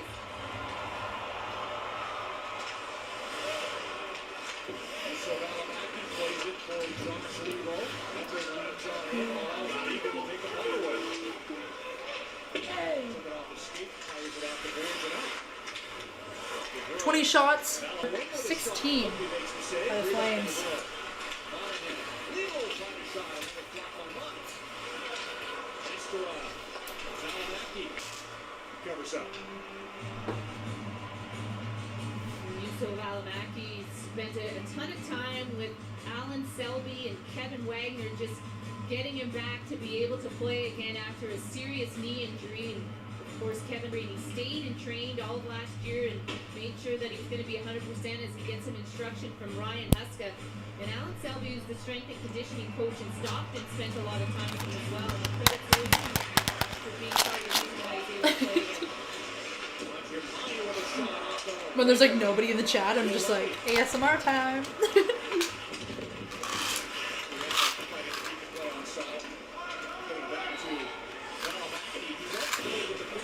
TikTok smells so good. Whenever they put on the outside of TikTok, it's like the best. Probably had to step up when he came back because he could play for kind of the Rockies. And then they got Canada coming up to the plate. Puck in. Vancouver's going back on the power play just past the 13-minute mark here in the second period. Bennett some more ice time, and you know the bad penalties that he takes from time to time, especially in the offensive zone. We saw one earlier, and then in the neutral zone. I mean, it's kind of hard to, you know, you can see the stick is right into the stomach area, and there's no question that's the right call, and that's what kind Hooking of on Sam Bennett because he could be such a great on the player, Flames. You lose some trust from your coach. Vancouver. And I'm hard on him because it's a little bit with the power play over his career. I asked the coach one time why he feels Bennett is such an effective playoff performer, sometimes more so than in the regular season. And he said because a lot of the things that brought out the penalties in the regular season, they don't call them in the playoffs. And that allows him to be more aggressive. It's the second penalty in this game as Hughes feeds it over. There's a one-timer blocked by Valimaki. Pedersen gets it back. They reset for Hughes. Knocks it across and gives the puck to Besser. Back to Hughes. Pedersen. Traffic in front. Flames get control and then put it all the way down the ice. Well, Horvat and Voglander just kind of got a little too close together there, and I think both of them went to tip that puck, and neither of them got a full stick on it. Here's Pedersen plays it back. Horvat settles it down. Left on the power play. 6:15 left in the second period. Pressuring Hughes. He comes out to help. Mangiapane had it for a moment. Racing back to steal was Pedersen. Makes a long pass out the center. Giuliano steers that over the boards and into the Calgary bench. The power play for the Vancouver Canucks, they get set up here, and you can see Pedersen just kind of a fake slap pass, if you will, and how close that Horvat get. I think Horvat as the bumper needs to be a little bit higher, and Voglander I don't know what the point of me doing that was. Lower as that screen position. We'll be honest. And that just takes time, chemistry, and they'll build that, I'm sure, and maybe until JT Miller comes back, and he'll probably take that spot on the power Why can't I never suck on candy? Miller out, 47 goals. I always bite it. What is that? Such a mentor, if you will, to Pedersen. They talk a lot off the ice and a lot about the game of hockey and life, and he really credits JT Miller, his character and being such a good teammate for his success. That'll do it for the remaining 43 seconds on this Vancouver power play as Mock will head off for tripping.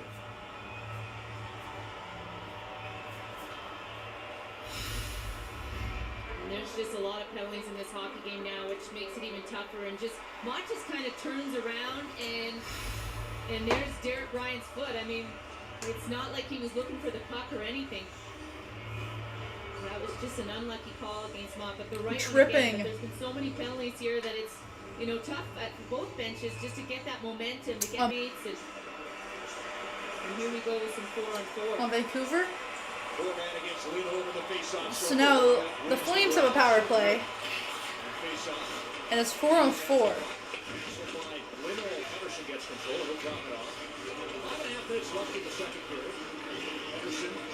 It's currently 4-on-4. Both had a power play because there was tripping and then there was hooking on Flames. Shoots, hit the post. Got it past Holtby, but ran it off the iron. And looking for his second of the game. Johnny Gaudreau plays it to Monahan. Now he into the box. Flames on their fourth power play. Bennett heads off. Kachuk steps on. Top unit goes to work. Hannafin leaves the puck for Kachuk. Kachuk with a shot, and that's turned away by Holtby. Got a piece of that with a stick, and the puck winds up on a play. Power play for Flames. Johnny Gaudreau, who was wide The open score to the is left, still and he 0 kind of Canucks, mistriggered and misfired here. You 1 can see him look up, Flames. and eventually he just shoots this puck. With And I 5 think minutes that left fooled in the Holtby. second. He was looking for that pass across to Gaudreau, and he didn't move until after that puck hit the post.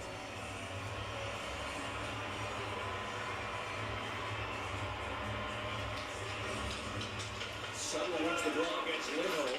Allows Hamonic to circle the net and clear.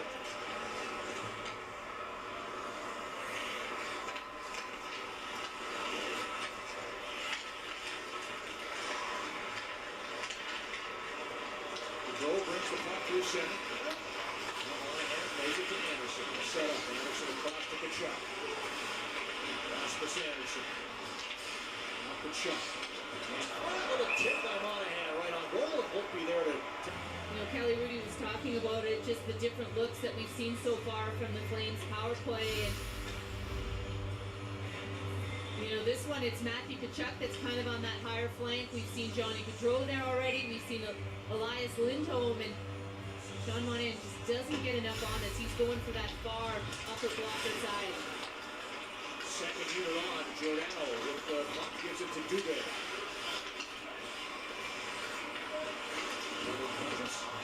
Lost it. Eagle knocked it free. Flames get it back. Giordano walks it across the line, just outside. Here's Backer on the far flank. Mangiapane kicks it over to Dubé with the shot. Scores! Dylan Dubé goes top corner on the power play. It's 2-0 Calgary. Flames with the goal. Damn, Flames getting the goal. Yikes. No fans, you can hear Dylan Dubé yell for this puck so loud from Andrew Mangiapane. And so what happens here is he becomes the bumper man. He's in the middle, and Tanner Pearson has to honor him. And that's a perfect scoring position. And that leaves Dylan Dubé wide open for that one. I don't think Mangiapane would have saw him unless Dylan Dubé was yelling. And a nice screen in front from Lucic as well. Make sure he stays outside of the blue paint, doesn't interfere with Holtby. Just a good battle there in front with Edler. And no contact until after that puck is in. Power play goal of the game for the Flames, third of the season. They're up 2-0. As Dubé picks up his first goal this year. Really, Tanner Pearson could do there. That's the right play. Is to Mangiapane initially is the biggest threat. Here comes Roussel. Sharp angle shot. Markstrom puts it away. Simone's on the puck. Good foot on the line out. Lucic leaves it to Ryan, who plays it deep. And leads Chase. Lucic plays it back to the line. Peter Nesterov works it down the boards. Nesterov trying to get a front with a shot away off the outside of the net. Lucic. That was so close for the Flames getting another goal against the Canucks. Please, no. Someone's broken stick is on the ice. So does a broken stick out on the ice. They're just chilling out. With the blocker turns back to the corner. It's Dubé back on the ice. Lindholm gains the zone, but knocked away from him and out by Travis Hamonic. Hamonic puts it right back in. Play back. Hamonic keeps it alive in the offensive zone. Here's Lindholm with a shot, and that pinball's off. A couple of players not a play. And that will draw a whistle with 2:25 to go in this. Dang. 2:25 left to go within the second period. Currently a commercial break. That sushi looks pretty good. Damn. Do you want something really weird? No, you don't. Nobody cares. But I'm going to say it anyways. I know none of you give an F about what I'm saying, because most of you are here to listen to the game. So...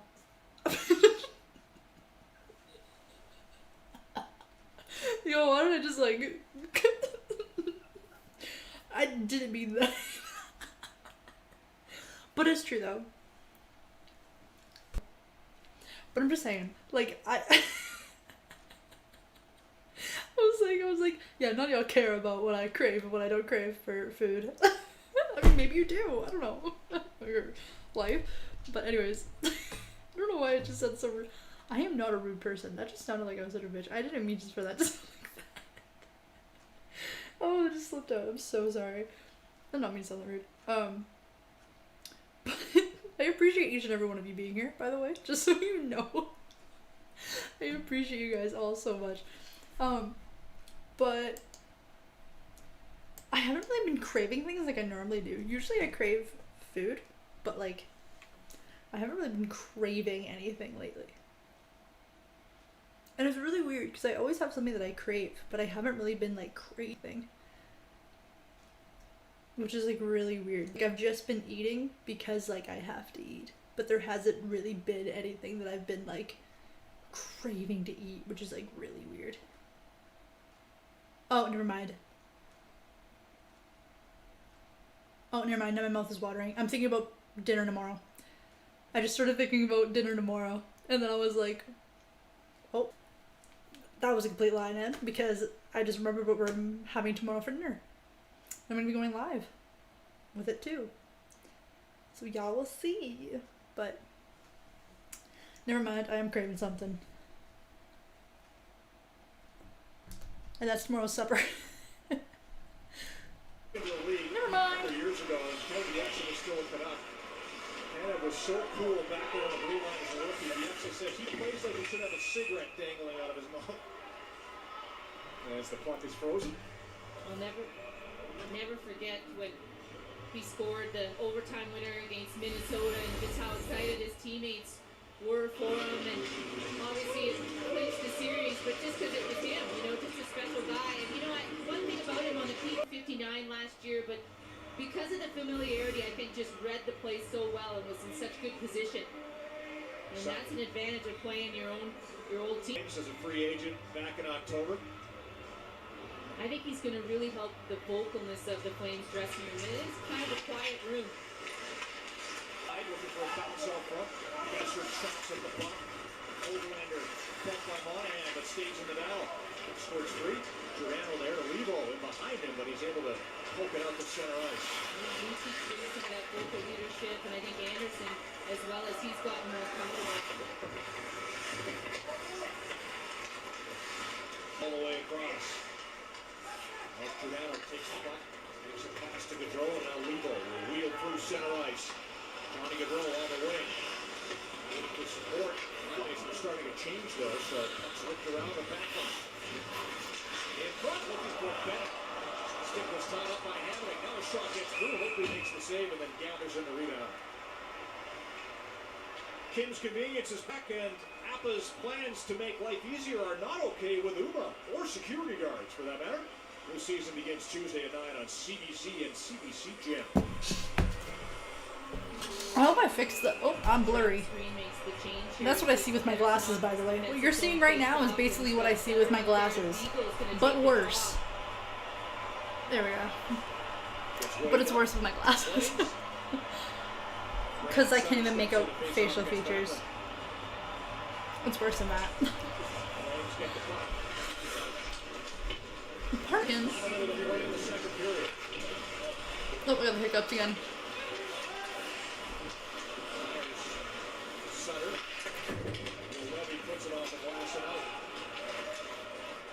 How is it only the second? It's only the second.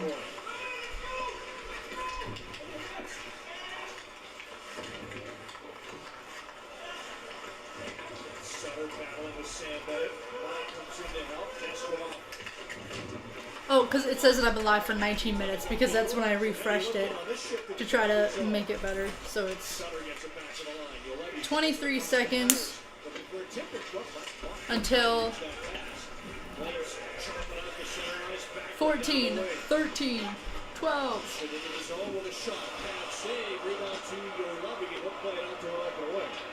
Is that an icing call? Oh no. 3, 2, 1. On the power play, Dylan Dubé's first of the... It is now the end of... We're already almost two hours into the game.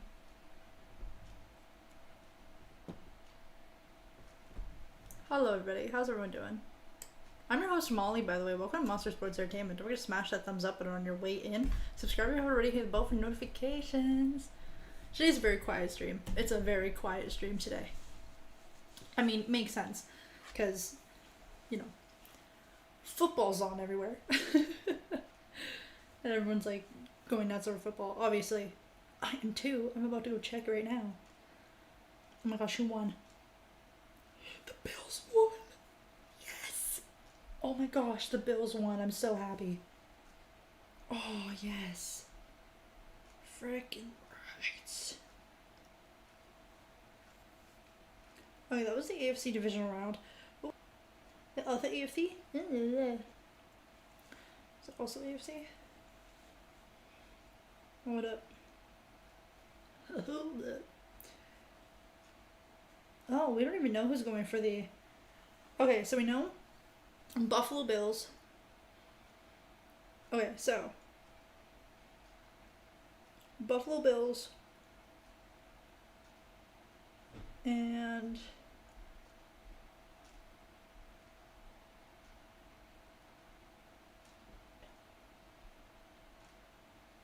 okay. Packers, Saints. Los Angeles is out.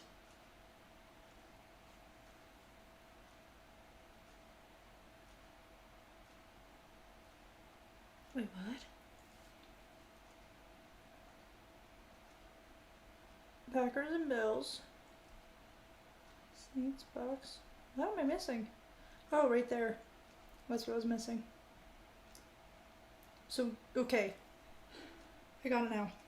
Green Bay is either going to be facing New Orleans or Tampa Bay for the NFC championship. Okay, so Green Bay Packers is going to be going against either New Orleans or Tampa Bay for the NFC championship. And then for the AFC, Buffalo Bills will be either going against Cleveland Browns or Kansas City in the AFC championship. But tomorrow, the two games are going to occur to find out which two teams from each division are going to be going on to face off for the divisional championships. Okay.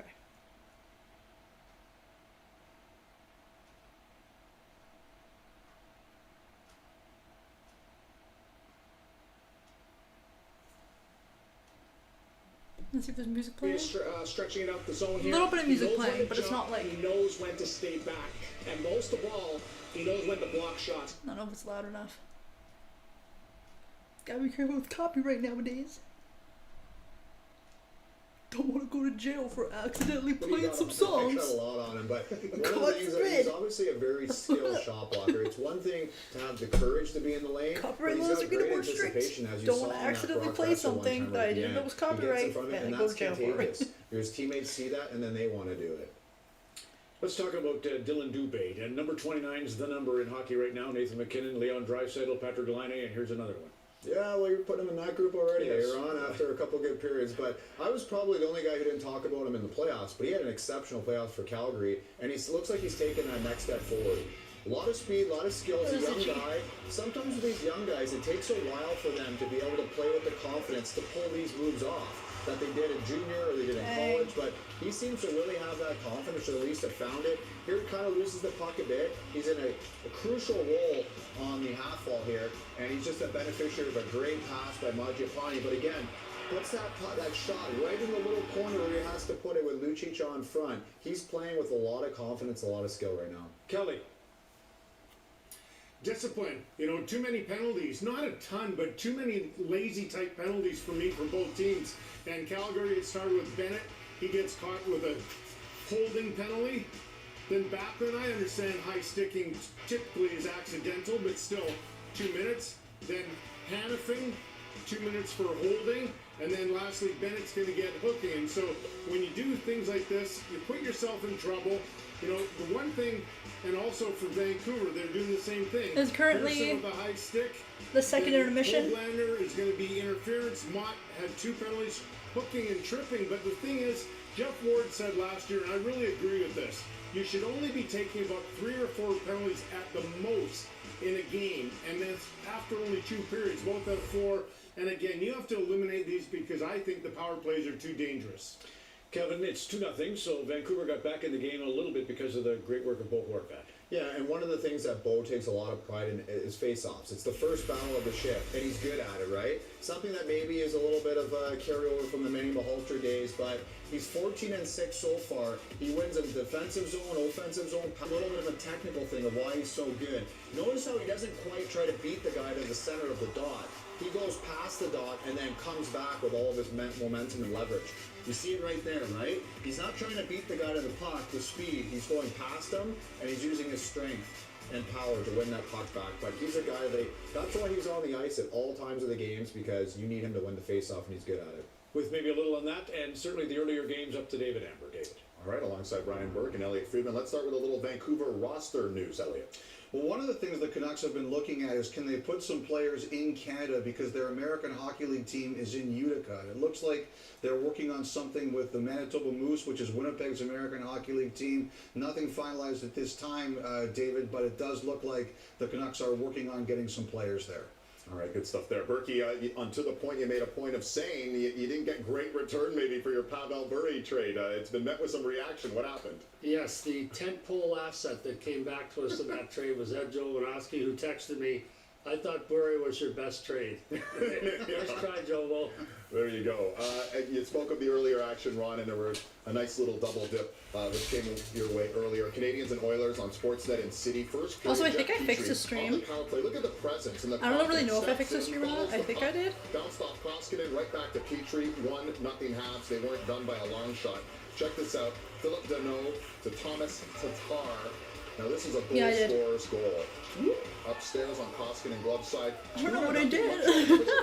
I literally just stopped streaming on OBS and then it pauses it, but it doesn't stop the actual stream itself on YouTube.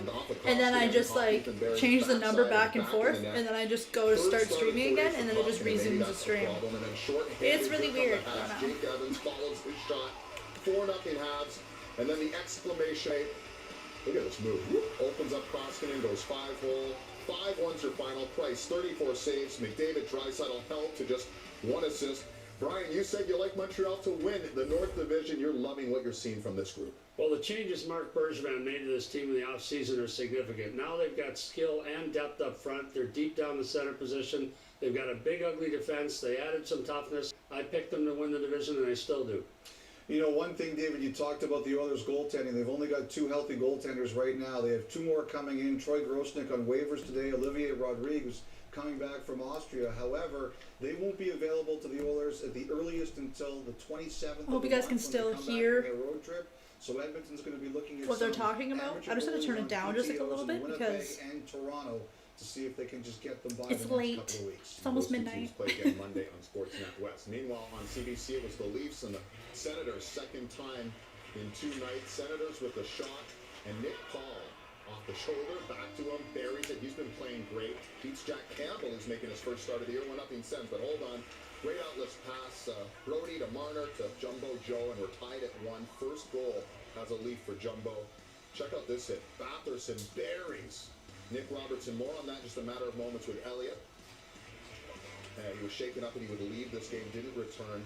Matthews wins the draw. Marner, quick stick, wires it past Matt Murray, who's starting back-to-back. Leafs up 2-1. Then on the power play, again, Marner, a little dipsy-do through the legs. Matthews scores. That line was sensational, connecting for 3 goals and 7 points in this game. And some history. Tim Stützle will remember this forever, and that's a goal scorer's goal as well. My goodness. Puck was flying. He buries it behind Campbell. Too little, too late. The Leafs win this one 3-2. Elliot, we saw Nick Robertson. Blaze, what's going on, Blaze? How you doing? Well, How you doing, Blaze? This is just a really chill stream today. There's not a whole lot of people in the stream, so it's basically just like a pretty chilled out stream, just relaxing, chillaxing, you know.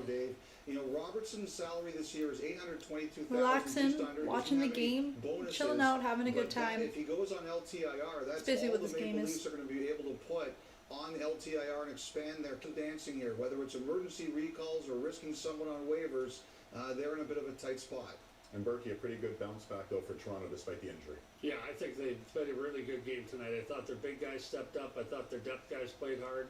They boxed out better. They were much better tonight. I like their game. They outshot Ottawa 40-18 in that victory. The Leafs play the Jets Monday on Dubé with the insurance goal.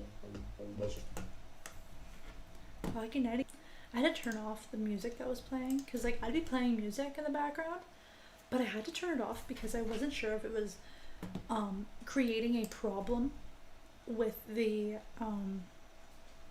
stream or not. Studio. I'm gonna see if the music will work. Again, still some time left in the second period. I am getting shivers.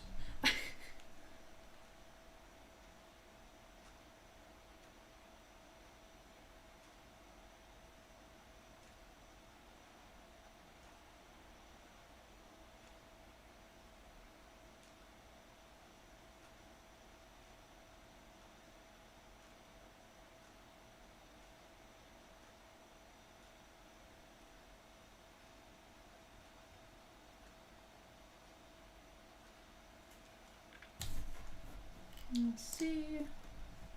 I'm just gonna go here and then I'm just gonna go here, apply, and then just like scroll down and click a random. Oopsies.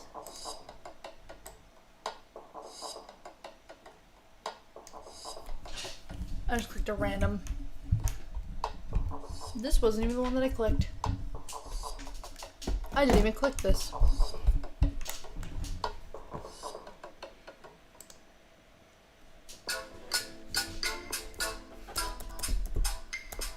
This is so loud. Okay.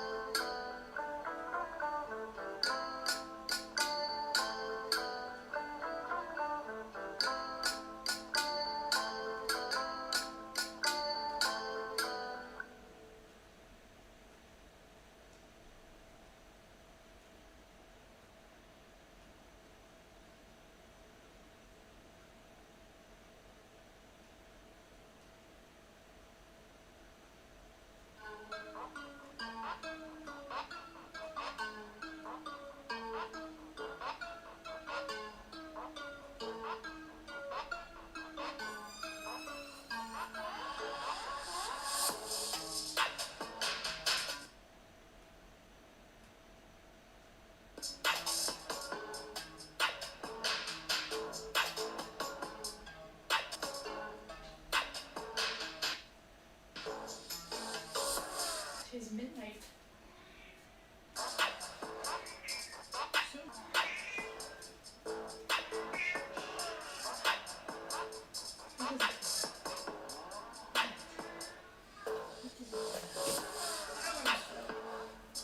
Okay, though, that's all right.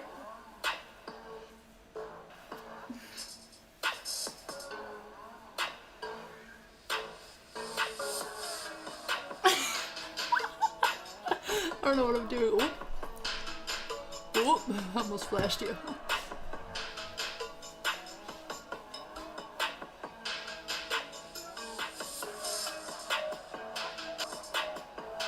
Third. Underway.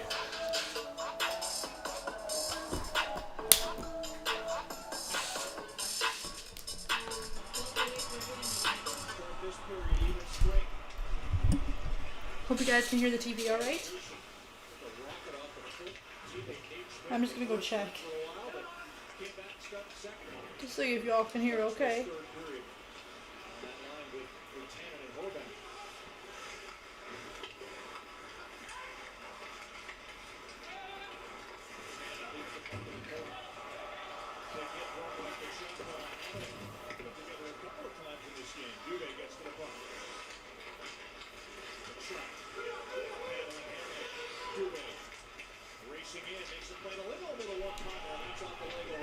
How's everyone doing?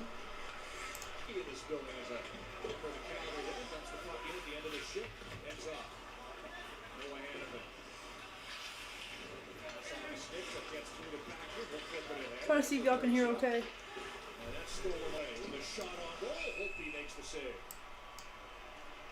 And this is a battle with Matthew Tkachuk and Travis Hamonic that really started in the first period. They got pretty physical, both physical guys. And Tkachuk just gets in on the forecheck and takes the ball. Y'all cannot hear okay.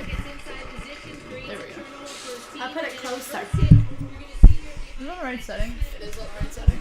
Stomach, and you can see Hamonic responds. And I'm putting it closer to this the one right here because Tkachuk could have hit Hamonic. It might have been a late call, and it also We're gonna see how well that goes now. Former teammanship, if you will.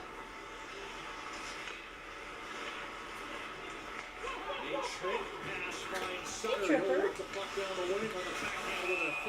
Right on my kneecap. Hey, honey. Hey, old girl.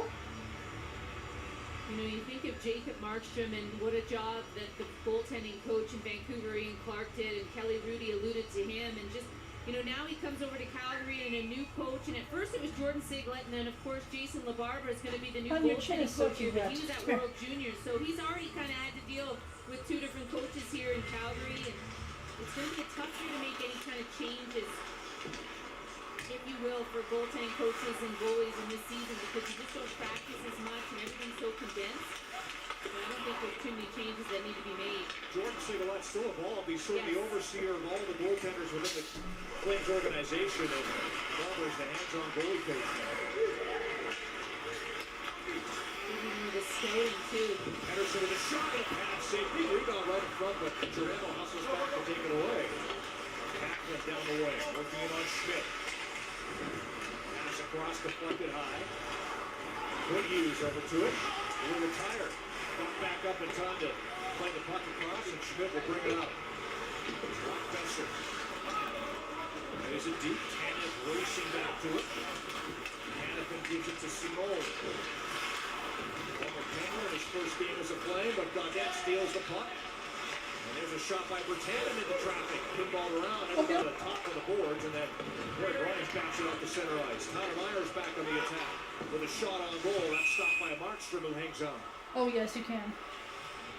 And Brad Treliving, the general manager of the Calgary Flames, made a ton of moves, and there's Jason LaBarbera right beside him, who we were just talking about, and you know, he just added depth, but he said before the season started, he says, yeah, that's great, we've got depth, but it doesn't mean anything unless they perform on the ice, and that's still yet to be determined, but so far you like what you've seen from Levo, and Simone getting into his first game, and I think he's been decent on the fourth line. But the big acquisition was the goaltender and the defenseman in tandem. I think that's pretty valuable as well. It was TJ Brody, he goes from Toronto, Because I'm a forehead. Vancouver. Canada's different than Brody, but brings a different style of game, but equally as effective. And then, as we talked about earlier, getting Juuso Valimaki back after missing all of last year with the knee injury suffered in off-season training is a huge boost for the Blue Line. And he's talking about, he had no problem saying it too about he wants to Calder. I mean, he wants to prove that he can be a. That was really loud. I had to cough. It's not a cockiness, it's just the confidence that he has. Even though he's been through injuries, I think he learned to appreciate the game a little bit more through that, and he's just a confident young man who wants to be elite. 16th overall pick in 2017 after the icing call faced off back in the Vancouver zone.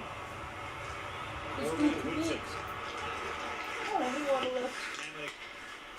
Gets it I did not drink enough water today. To any extent. To it as the Canucks are able to make a change.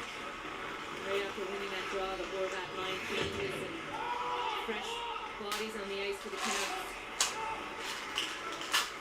Uno thought that was offside. It was. I'm gonna throw it up in the air then. Hands it high and deep. Anderson watched by Sutter. Straight to it. Turns in his own line. Oh no, do you like the smell of Big Bag? Slows it down. Now you're on Monahan now. It smells like Monahan tipped it away. Good boy. the outside coating. Feeds it back to Monahan. In with Levo.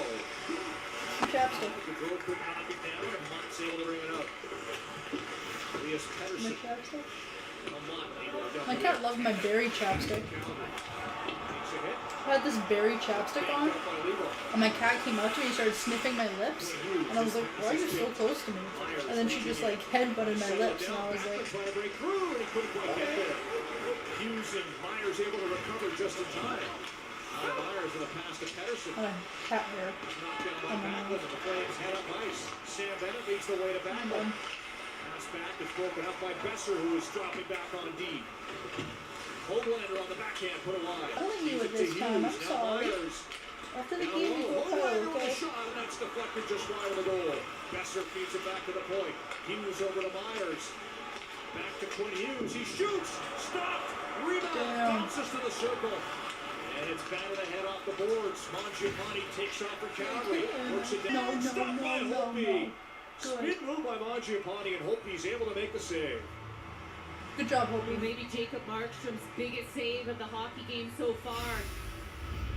And it's on Hoglander, who's just buzzing around in this shift. You can see the traffic by Pettersson as well. And the rebound was there. But watch this move by Mangiapane. He kind of gives Quinn Hughes a little taste of his own medicine. We've seen him do that, and he just can't elevate it over the left side. Dominic Simone got the puck off the draw, but Hamonic knocked it away, and cleared the center. Flames are back on. Anderson pressure though by Roussel. Roussel pushes Anderson to the corner, but puck's recovered by Calgary. Yeah, I wish y'all could have seen that corner. The dump in. All the way I around. could move this down a little bit. In the corner. No, I cannot.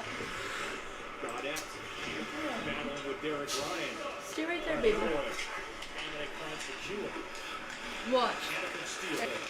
Directed out the center ice. And now it's flipped into the Calgary zone as the Canucks will make wholesale changes. Approaching the 6-minute mark here in the second period. Chris Tanev carries in, trying to whisper off the leg of Edwards. Tanev circling, watched by Dubé. Oh my god, honey. Stolen by Hannafin. Are you itchy? Are you Gave it itchy? away on the line to Bertanen, right back on the attack. Here's Bertanen, cuts it line, looks out front with a shot. I'm gonna take a screen recording of that. That was so funny. And we're back to it. Oh my god. Cross to Nate Schmidt. Stand on his pass. Intercepted by Lindholm. Back from the Flames as Lindholm dumps the puck in. Leading the shift for him. He peels off. Monahan line coming off the Calgary. As Sutter takes control and carries back the other way. I should have pressed record Puts it on the way. here. Throw it on goal. And Markstrom makes the save. Honda. Lever gets the puck and tips it back towards the end boards. As they're scratching her chest, and she's like, oh, okay. She thinks he's scratching it? Oh, honey. Are you embarrassed? I'm sorry. For the Canucks. A big man drops it off in his own zone for Quinn Hughes. My nose is so itchy. Oh, the cat hair on my nose. Oh, that's better. I still have the cat hair on my nose. Valimaki, Besser racing into pressure. Things Shipped up the boards and Oh, just no, it's over my the lips. line by Josh Levo. Myers right back on the attack. He fakes, drops it off. Kessler to the circle. Forced to the boards. Plays it back to the line of Hughes. Hughes with a shot put. But Pedersen can't get it through. It's off the stick of Nesterov. And the Flames able to push it out. Canucks crushing to get on the board and cut this lead in half. 7.5 minutes gone here in the third. A little bit of a long shift here for Nesterov and Valimaki. They just haven't been able to get off, and they're finally going to do it now. Sam Bennett up on the forecheck. Hustling Hamannik who gets the pump in the forecourt. Wasn't fully charged, but the case is just not. Elias Pedersen. McEwen! Stopped by Markstrom. No, don't. Steered wide. And the loose puck is playing off the center ice. Easy backing by Hamannik. Pedersen way offside. He was tied up with Anderson. They tag up a change as the Flames settle things down. Lucic gets the puck ahead. Simone with a shot, and that goes wide. Hopefully they have got a piece of that. Big hit by Lucic as he leads into Roussel. Anytime after that the other way. Shot blocked. Puts it in deep. Markstrom reaches up. Takes no chances as he hangs on with 11:40 to go in the third period. Canucks have had some looks. Markstrom's been sharp here in the third. Flames still lead by 2. Flames still leading by 2. My foot still swollen? All the frig is my foot still swollen. Still inflamed. Oh. Maybe. Oh.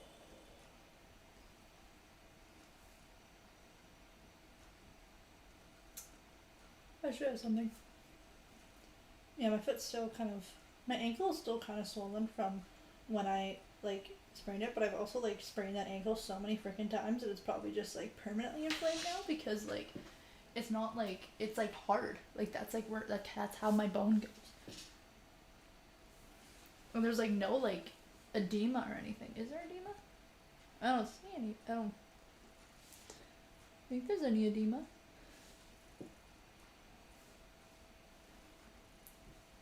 And trust me, I have seen edema. I saw edema on a foot before. My grandfather's friend, I forget what happened. I think he had some sort of something happened with his foot. I think he either dropped something on his foot. It was I think he injured his foot. Or had surgery or something. I don't even remember. Anyways, his one foot, it was his left foot, was all swollen. Completely swollen. And obviously went to the doctor for it, and they were just yeah, the swelling will go down on its own. But he was yeah, what? He pushed it down and let go, and it just stayed like that, memory foam. I was oh. So when I was a kid, I was oh my gosh. That's crazy. It was really cool though. It was very fascinating. I was whoa. I think he sprained his foot or something. I don't remember. Gets there first, and they blow it down. 2 downtown detectives are going after the same suspect, and that's the.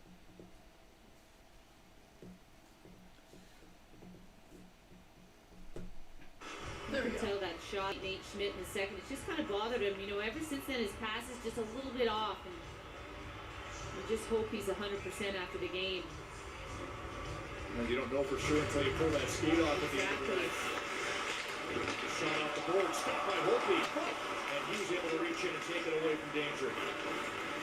Pearson with a pass across. Before that, reaching to it. Shovels it deep. Armstrong out. Anderson. Dylan Dubé. Mark Giordano. And meantime at the line, it was Matthew Tkachuk who was taken down, so that'll be an interference call on Vancouver. Calgary has 2 power play goals in this game. And we'll go on the man advantage for the 5th Flames. Flames getting another power play. There it is to the neutral zone. You can see Tkachuk kind of just sees Edler. He looks to his left, so he knows he's there, but he doesn't get the puck. And you can see just a little cross check to the back. And Tkachuk's going to be absolutely fine as he comes out here for the power play. But you know he's a marked man. He kind of went after you, Levy, earlier in the game. Power play for Flames. In it with Hamonic, and I think Endler just kind of had enough. So Edler's gone to the room. I'm not sure if that's an equipment issue or not. The Canucks are going to put somebody in the box. And Alexander Elder. be on the man Interference on Canucks. Jake Buchanan will take the place of Edler for the time being. Top unit out for I believe Elder, and maybe they just showed that Elder was going to the back for some reason. I don't know why he was going to the back, but they said that somebody else is in the box for him to take his place, basically. That's going to go off, and Lucic is going to come out on this unit.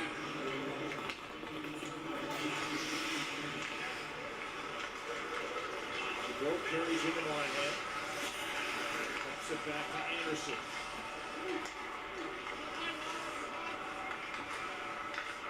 Anderson again. Gaudreau from the circle, down low, and caught for Monahan. He couldn't get a shot away, stick tied up. And across to Lucic. He tries a shot. Schmidt on the way on that one. Lindholm gets the puck. Gaudreau fakes, takes, and that's off the stick of Beaglehide. The boards it out to center ice. Oh, that was nice. Runs right back on the attack. Lindholm. Rasmus Anderson. Back to Elias Lindholm. He shoots, and that goes off the leg of Hamonic. Felt that one. Gaudreau on the other side now. And when Lucic put it in front, blocked by Hamonic. Oh no, Flames power play. Taking up this Anderson. Lindholm wanted that beforehand. Had to settle it down. Lucic to Lindholm. Lucic. Pass behind the net. Johnny Gaudreau. Lindholm on the tower to get saved by Ooh, that was so close by Flames. Wrister off the leg of Roussel wide. Nate Schmidt on the puck and relieves the pressure around the boards and down the ice with 17 seconds left in the power play. And Anderson not happy with himself to get that shot through as he goes to the bench, and the second power play unit comes out, and that's that last shift on the PK. They were out there a long time. Penalty comes to an end. Canucks have killed it off. Flames 2 for 5 on the power play tonight. Stolen by Backlund, but he couldn't keep it on side as the whistle blows. I forgot my library book. 2-0 Flames leading Vancouver on. This was the second day in a row that I've been to my university because yesterday I had to go to pick up one of my books for one of my classes. And yeah. It was okay, so yesterday, it's commercial break. As soon as the game comes back on, I'll resume yesterday I went to go pick up my book. So I go and I pick up my book for my class, which first I had no idea that we were supposed to have that book. I had no idea we were supposed to have that book. And I was like, alright. And then they were just like, yeah, this is the book you need. And I'm like, can you like put in the chat, like, hey, can you like show what the book looks like? Because like I have no idea what you're talking about. And then she showed me. And then I talked to other students and they were like, yeah, we had no idea. Because that book wasn't even on our list of books that we needed for second year. So I get the book and I have a second order. So my second order that I have is for a sweater, because I have been eyeing up this sweater from the very first time I walked into the bookstore and I seen the sweater. It was the very first sweater that I seen and I wanted it so badly. And I was obsessed with the sweater. I always seen it and I was like, I need to have this sweater in my life. It's one of the items of the month, meaning that it's over half off. $25. I paid $25 for a sweater that I've been eyeing up for over a year now. There's blood on the ice. I've been eyeing up the sweater for over a year now. Got it for $25, and it's like normally like close to $70 because it was an item of the month. I am so excited. I'm so happy. I've been wanting that sweater. Play. I mean, just the it's like a black sweater. University. It says my university name and red lettering. And like red embroidered lettering. Oh, it's so nice. It's ready for pickup. So Lindholm will take the draw against Mo Horvat. But they're only open for like 3 hours a day, so. Wins another one for the Canucks. So good. And only on weekdays. So. Pass up the wing. Kicked in by Hoglander. Let's get it back. Horvat to Myers. Hughes. Back to Myers. This is the pass down low. That's intercepted by Kachuk. Red line. Gains the zone. Dumps one in on goal. He scoops it over to Myers. Sorry, Rick, to watch for that in the draws. He just makes it look so easy, and now, constantly in the upper echelon of face-off. 8 minutes left in the game. Second last year to O'Reilly, and Vancouver needs a power play. Really bad. 70% of the face-off sample tonight with Kevin Bieksa talking about it between periods. Offensive Vancouver very badly needs a power play. So effective. To get even close to be able to fresh off beat their the first Flames. race and silver medal, Team Canada is on track for more wins. Don't miss bobsleigh in St. Moritz, Switzerland tomorrow, 1 o'clock on CBC. Don't blame me for yawning. Gym. It's 12:30 in the morning. Flames more than happy to slow this game down here in the third, leading by 2. Levo gets it back to Giordano with a shot on goal that's snagged by Holtby. really interesting thing. Pedersen took that defensive draw because of the icing, and look at this. I don't remember the last time I had a decent night's sleep He doesn't really have the trust yet in Pedersen, and gave him that a little bit more in the playoffs, but so far through the first 2 games, 44% and 20%, so just something he needs to be better at. He's going to miss Manny Malhotra going to Toronto. Monahan with the face-off win. Kalinaki with a shot that never got through. Levo put a wide off the stick of Sutter. Dell now the throw. Sharp angle stopped by Hokie. Out the post, made the save.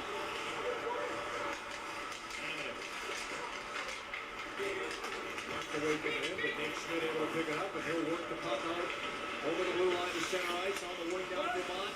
Mont shoots. Stopped the Marshall rebound there, but it's swatted away by Kalinaki.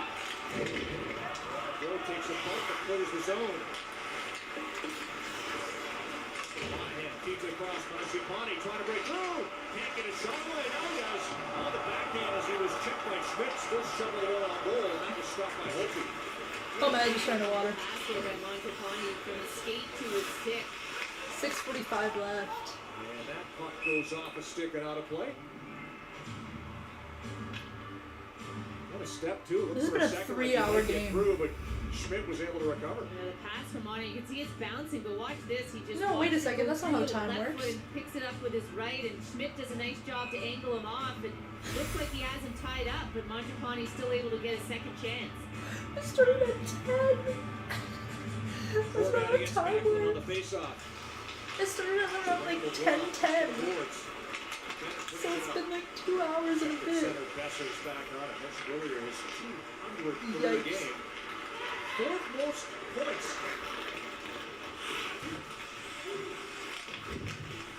Oh, 163 in his career. Showcase his shot. It seems to have gotten better as he's gotten healthier to start this season. Long pass finds Mangiapane. Hughes racing back. Good job. Mangiapane. He's got himself, and then there's Myers. What is happening? Why is Vancouver on top? It was like on top of them. What the freak was happening? Hughes, why not? Here they go again. Giordano joins the rush. Oh, there. Oh, broken stick. Besser did all he could and just broke the stick of Giordano in half, and that'll be a slashing call. Besser right to the box. Flames back on the power play. 5:45 to go. Crazy sequence. There's the penalty. Flames up by 2. 6 minutes left in this game.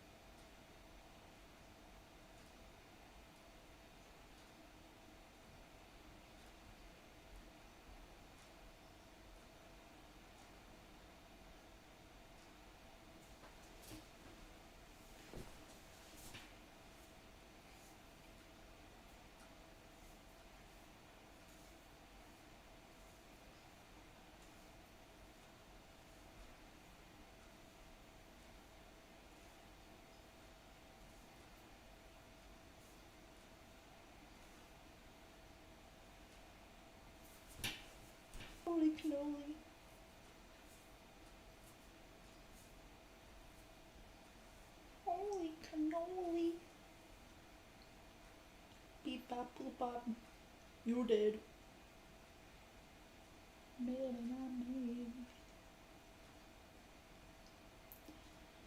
I would love to make things out of leather. Do you guys see those videos of those people making those like leather wallets and stuff? I love those videos. Those are great and all that stuff. I love that. That'd be so much fun. And then I'd like start a project and then I wouldn't finish it and then I'd put it to the side for a bit. And then go on to another hobby and another and another. I jump around from hobby to hobby. I can't keep one hobby. I get bored. Like, not really bored after a while. I just like want to explore other options to take as it was a wide open of net for Mark hobbies. Soriano, but there's other reasons why he had to take that penalty. So I have one hobby, and then I'm like, dang, I really like this hobby. And then like I see another hobby, and I'm like, ooh, that hobby looks interesting. And then I abandon that one hobby, and then go to the next hobby. And then I do the same thing again, because I get bored of that hobby, and then I always circle back to the original hobby, and then I just go around back and forth over it. To Gaudreau. On the wing of Monahan. It's an inconsistency. Lindholm gets to it though. It's set up in the far half wall. I hate that I've have mannerisms of my generation. Ooh. Score Flames. Flames getting another power play goal, making the Flames 3-3. And Holtby's just a little bit disappointed in the challenge. Holtby is very upset. And just takes a slap shot towards the net, and you can see Holtby sees this, but he doesn't get it all the way. And I'm not sure if Matthew Tkachuk tipped it ever so slightly, or his stick just created a little bit of a screen here. No, I think Holtby should have this, and he has it in his chest, just unable to keep it there, and Matthew Tkachuk just gets the rebound. Second of the season for Tkachuk. You saw it hit the inside of the post from the far side, came back across and in. Dang. Patsy, you are prescient when you talk about the Canucks needing more discipline.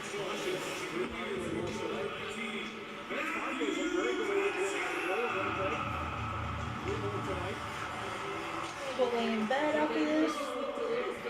Well, brush my teeth and then brush my teeth, go lay in bed. Sam Bennett shoots. Stopped by Rugby. Wake up tomorrow, do all the prep for dinner, which like will literally take like not even an hour to do, and do some schoolwork, catch up on some notes, do some readings, do some drug cards. Oh. That's gonna be going. I think we're going live tomorrow. So put your notifications on so then you know when we're going live tomorrow. With a little like hangout stream.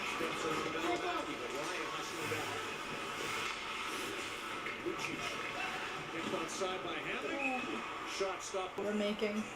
So I'm just after the goal by Matthew Tkachuk, and see what Gaudreau comes high, which gives him more time to be able to come in and really wind up and take this shot. And you can see Holtby thinks he has it and probably should have it, and does on the far side.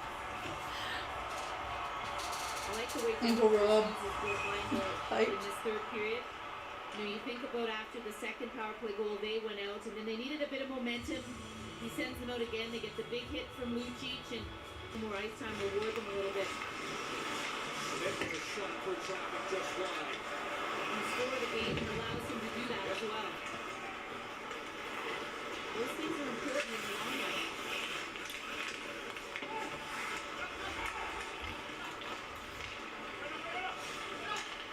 Rasmus Anderson, watched by Michelle, plays it over the hardcore area.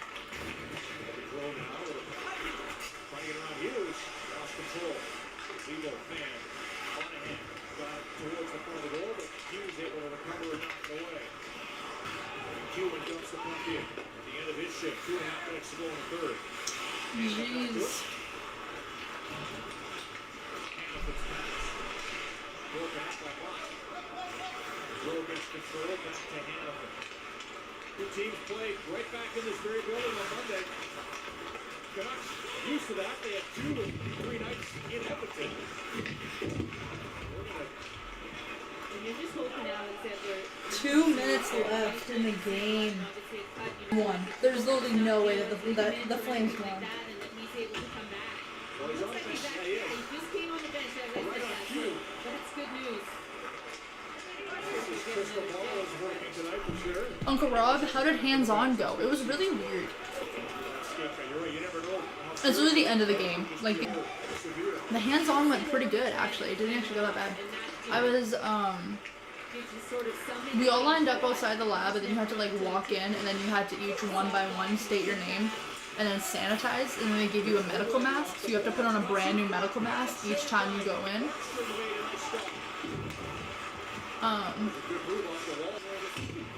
And, yeah, they wanted us to print off a bunch of these these checklists. We didn't use them. Because there's no time to use them. There was there's a few stations.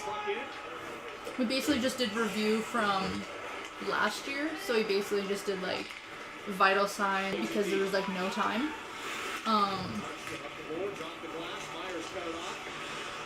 Bed bath. Partial and complete bed bath. We did wound drainage systems, and what to look for in wound drainage. We did staple removal, removing staples from wounds.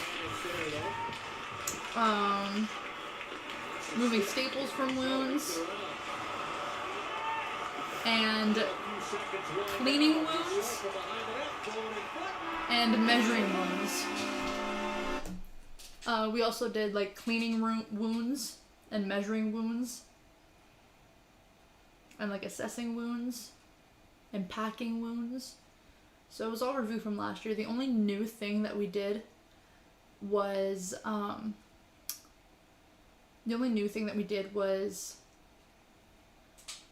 removing staples. That was the only like thing that we learned last year, but we didn't actually like implement. And then in our next lab, I believe we're doing catheterization and more stuff like that. So it's going to be new stuff that we're actually learning instead of it just being review.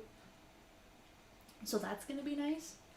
But yeah, so far the hands-on went really well. It was a 3-hour lab and it felt like it went by in half an hour. It went by so freaking quick.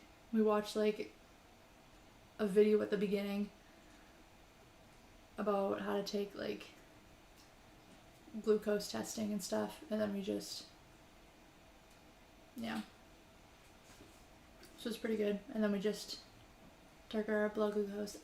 Not to brag, but my blood glucose was 5 and I didn't even eat before my lab. It's because I eat all the time. I'm surprised that my blood sugar wasn't like lower than that, because like my body is so used to always eating something or always like drinking some sort of beverage. I was kind of shocked that it was so low.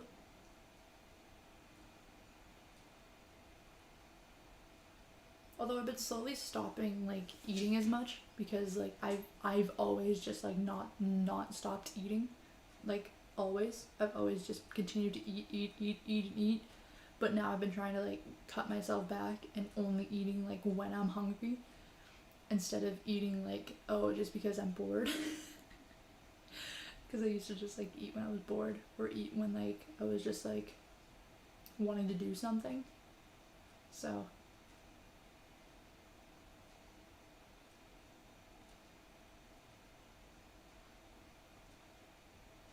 yeah, I've been starting to slowly cut back on the of food that I'm eating, but wanting to more or less like increase the quality of what I'm eating, but decrease the quantity in what I'm eating, because I'd be having second dinners. I'm not even kidding. I would usually like wake up, and by the time I wake up, would it be breakfast? It would be like brunch, or it would be like lunch. Because I always wake up so late. I don't have 3 meals. And well, technically I did have 3 meals in a day. I had lunch, dinner, and a second dinner. Like usually when people have like a late night snack, it's like a small snack. No, not for me. I used to cook pasta at night. It would be 10 o'clock at night cooking pasta. 10:30 at night, and I'd be cooking pasta for myself. One night I made mac and cheese from scratch. One night I made mac and cheese from scratch and ate it. Yeah. At like 10:30 at night. So now I've been kind of like stopping doing that, because that's not good for you to like have like a crap load of food and then go to bed, because you're not like, because during the day you're completely awake and you're completely conscious, and your body is like alert and stuff and able to digest properly. But then when you're sleeping, you're not necessarily digesting the same way as you would when you are awake and stuff like that, because when you're asleep, that's your body's time to, you know what I mean? Obviously your heart's still working and you're still breathing, and like your body is still like doing some digesting, but your body isn't digesting like it would when you are awake. And so that's why I kind of stopped binging.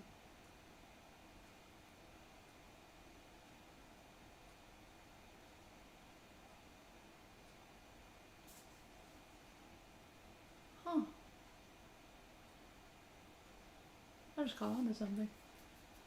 I stopped binge eating at like the beginning of August. Like I wouldn't do like binge eating where I'd like eat like a whole bunch of stuff and then like, you know what I mean? It was just like I would just be like eating normally throughout the day, and then every single night at 11 o'clock my body was like, put food in me now. Every single night at 11 p.m. I would find whatever I could find in the cupboard and I would eat it. And now I don't have that urge to just like eat whatever I could fit in my mouth. Which is good, because I was putting things in my body that weren't necessarily healthy. I'd like make a bunch of spaghetti and then just douse it in garlic butter and cheese. Yep, that's what I would do. Or I'd like have like a whole bowl of rice or something. Or have like leftovers. That was basically like a full meal. Instead of like, oh, I'm gonna have a little snack. Like a cheese string. I was like, I'm going to eat an entire serving of mac and cheese. So, it's a good thing I don't do that anymore.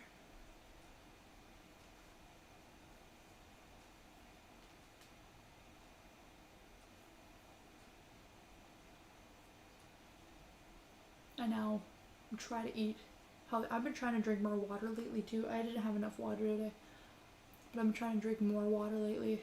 I'll fill up I have this like, it looks like a huge mason jar that's like this big. It's like a huge mason jar, but it's actually a flower vase. Like originally flowers came in it, and now I just use it, the big mason jar that did have flowers in it. I cleaned it all out, and well, obviously I cleaned it all out, and my water jar, because then I know if I have 2 of those a day, that's close to 2 liters of water. So I'm like, perfect. but I've been trying to slowly make changes, because like for me, if I try to make like too drastic of a change in my life, like suddenly, it doesn't, like, it won't stick with it. But if I do small little steps, so like I've been drinking, like I started not eating as much at night, and that was like the first step. I started drinking more water throughout the day. Like I'm taking baby steps instead of just changing everything about my life like all at once. And I really learned that too with exercise, because I would normally be like exercising, like, okay, the beginning of 2020, I think it was like around March or so, like it was like, no, January, February, March. I started trying to, March, April,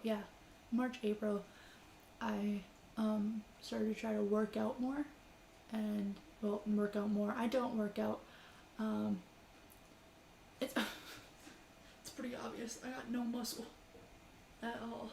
But like I would love to start working out though, but like I'd be wheezy, so like I'd be wheezing and not breathing. But like what happened was I went from not working out at all to all of a sudden going like from 0 to 100. Like I started doing HIIT workouts, which is high intensity interval training, and I just jumped right into that, which I thought was something that you were able to do. I was like, oh no, I'll be fine. Yeah, no, I wasn't fine. I tried to jump into doing like intense workouts right away. My body was not okay with that. And I got super sick. Like I couldn't leave my bed, and I was super freaking sick for like a few days after that. And then I was like, okay, now I know I need to take it smaller and take like small steps rather than taking like 0 to 100 really quickly. So then I was like, oh, maybe I'll just start by just like doing a few crutches start doing like crutches until I physically can't, and then do squats until I can't do this, until I can't do it, and then just like relax after that. And I was doing it every day too, which you're not supposed to do when you work out. I heard that when you work out, you're supposed to like you can do it every day and like you'll be fine. Like you can do it every single day and you will still build up muscle. But it's good, like if you are doing it every day, like take like the weekend off or something. So then it gives like your muscles time to have like that muscle recovery time. But yeah, I just went from 0 to 100 right away, and it was so bad. I got so sick. Hospital's huge. You will get a walk. Yeah, luckily it's I'm only on like a certain unit, so luckily it's only one unit, but you also have to like go around and do whatever to try to like, you know, like get to the different places. It's rough too, because like obviously I don't mind talking about this. I'm very open about this. But like what will happen is if I like even if I walk from here to McDonald's, which is maybe like 200 meters away, maybe, I will like my chest will start to like burn, and like it like hurt, like I can't breathe, and I don't feel like I'm getting any air in, and then I'm like, oh, this is like really weird. And I've had it since I was like in 6th grade, and I just, whenever I brought it up to my doctor, they just like never did anything about it. And I was like no, like I can't breathe, like I'm like it hurts. And so I finally brought it up to my doctor again, and I was like, why is it even when I walk like I can't breathe? She's like, oh, it sounds like you like exercise induced asthma, so like we're just gonna like do some tests on you. I'm like, great. So I'm gonna be getting that done. But I'm like, why does it feel like I have like burning hot razor blades in my chest? And she's like, oh, that's not normal. And I was like, yeah, just always had it. She's like, oh my gosh, is it like a new symptom? I'm like, no, I've like always had it. Because they're all like, because like, obviously everything going on in the world right now. They're like, is the shortness of breath new? And I'm like, no. They're like, is the nausea new? I'm like, nah, I got anxiety. They're like, do you usually have like an upset stomach or like nausea, just like shortness of breath and stuff like that? And I'm like, I got anxiety, so yes. I've always had that. It's not a new symptom. But yeah. So I'm gonna be getting that done, but the entrance of the building that I was going into for my university and walking to my to like the bathroom that's right near my lab to change into my scrubs, like it was so bad. I was like, why? I was like, this makes no sense.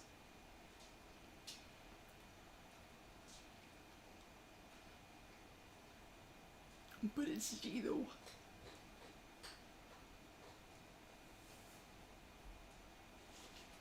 Oh, they're showing race cars. Okay, I would love to go racing. I love racing. Like, I've played racing games, and I've also gotten like go-kart racing. That's some fun stuff. And some quality stuff. Oh, I'm just gonna leave you guys on here while I put this bad boy down. I should keep you guys on while I do this.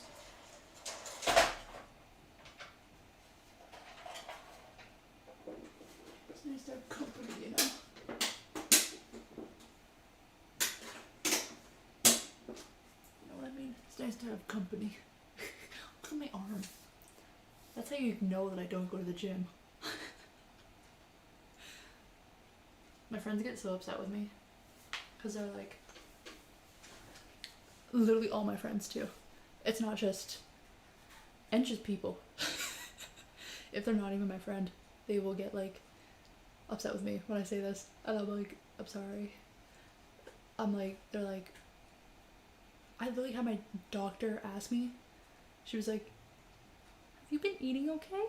And I was like, yeah, I eat like the freaking Red Seal Chef, like I'm always eating. And she was like, oh, okay, I just wanted to make sure. And I'm like, okay. Like, people get like concerned, and I'm like, no, I just have a fast metabolism. I'm like, no, I just have a fast metabolism, and people get like worried about me. They're like, are you okay? Like, are you eating okay? I had a family member ask me that. They seen me and they're like, you know, if you're having problems, you can always talk to somebody. And I'm like, no, I'm eating totally fine. What do you mean? Like, I'm a completely healthy person. And then my friends get upset with me. They're like, how do you eat whatever you want? And then I eat one taco and I gain 10 pounds. And I'm like, I don't know, I'm so sorry. I'm like, I'm sorry, I was born this way. Literally all my friends. I walked in to go get scrubs, and there was somebody working there, and they were like, and I was like, yeah, so I'm an extra large bottoms. For bottoms, I'm an extra large. For a top, I'm a medium. And they looked at me and they're like, no, you're not. And I was like, you calling me a liar? What do you mean? They're like, there's no way you're an extra large bottom. And I put on the scrubs, and they were like, how in the world does that fit you? And I was just like, I don't know, it's because I'm tall. Or people will buy me something and be like, oh, I got you a medium. And I'm like, I'm not a medium. And they're like, yeah, you are. Look at you. You're like a small medium. I'm like, that won't fit. I'm like, I'm sorry to inform you. I'm like, I'm sorry to inform you, but I don't stop eating.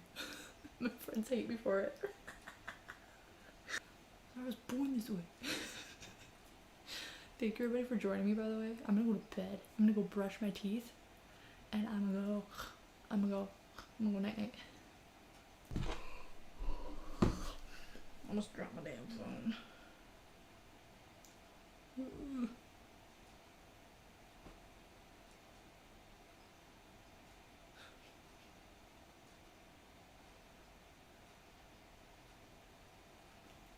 Yeah, thank you, everybody. Uncle Rob, we seen what you eat. Yeah, I ate an entire family sushi. I ate an entire family size sushi. I eat a lot of food. I ate an entire box of Kraft mac and cheese, plus some other stuff on the side. I love my food. I eat a lot of food.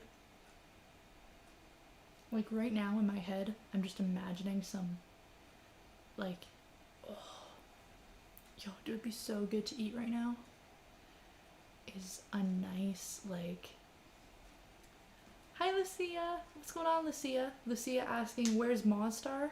Monstar, I believe, is asleep. I believe my dad's asleep right now, Lucia. What's going on, Lucia? How you doing? Hello. We are just speaking quite quietly because it is like 1 in the morning, but it's okay because I'm not tired at all. Although I'm gonna probably hit the pillow and I'm gonna be like, oh, and I'm going.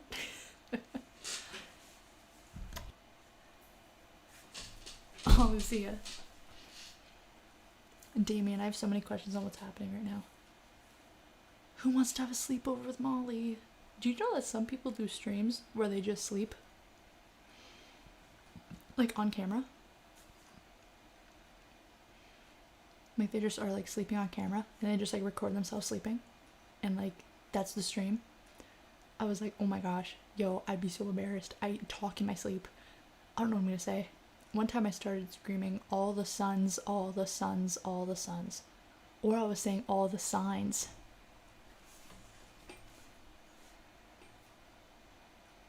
It's funny too because like around that time, like I was just like laying down, sleeping, and I was just like, all the signs, all the signs, all the signs, all the signs. And I was saying all the signs. And I was like, why am I saying all the signs?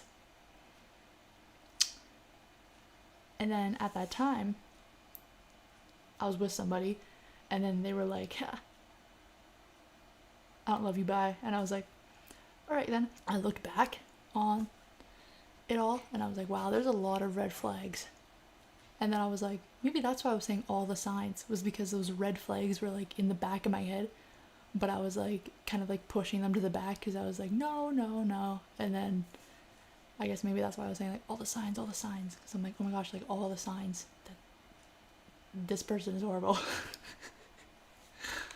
I was like, oop. Ooh. Well, I'm confused, says Damien. No, I'm confused as well, and I'm the streamer.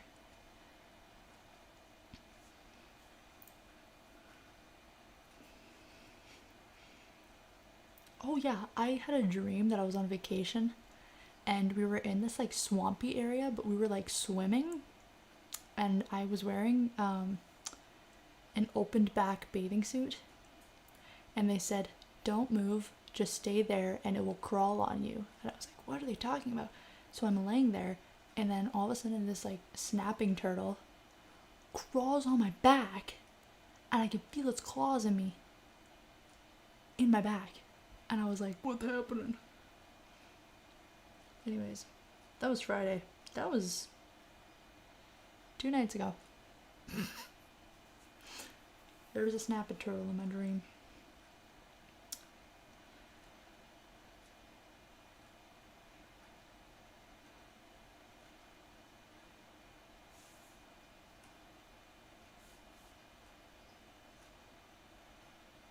I usually document a lot of my dreams too.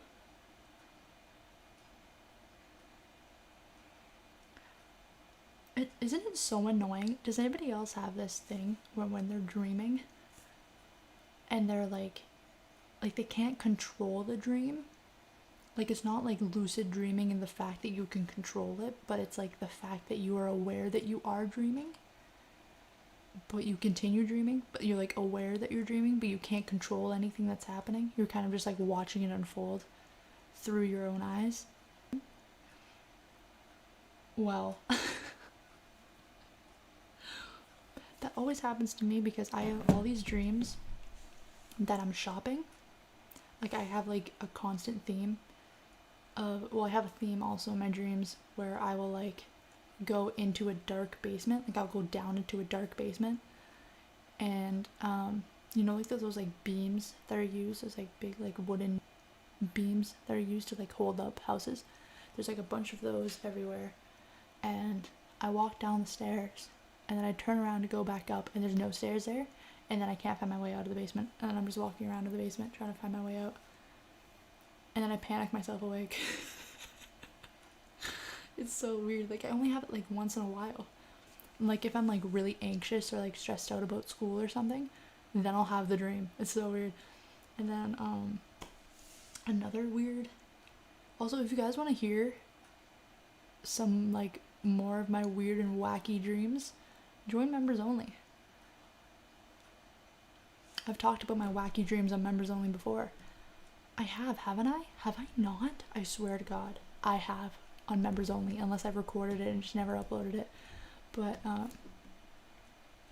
then I have another reoccurring dream where I'm shopping for clothes. So I'm like shopping in like a clothing area, and there's all these clothes that are so nice, so beautiful, and then I'll try on something and it's perfect. Like, I'm like, this is amazing.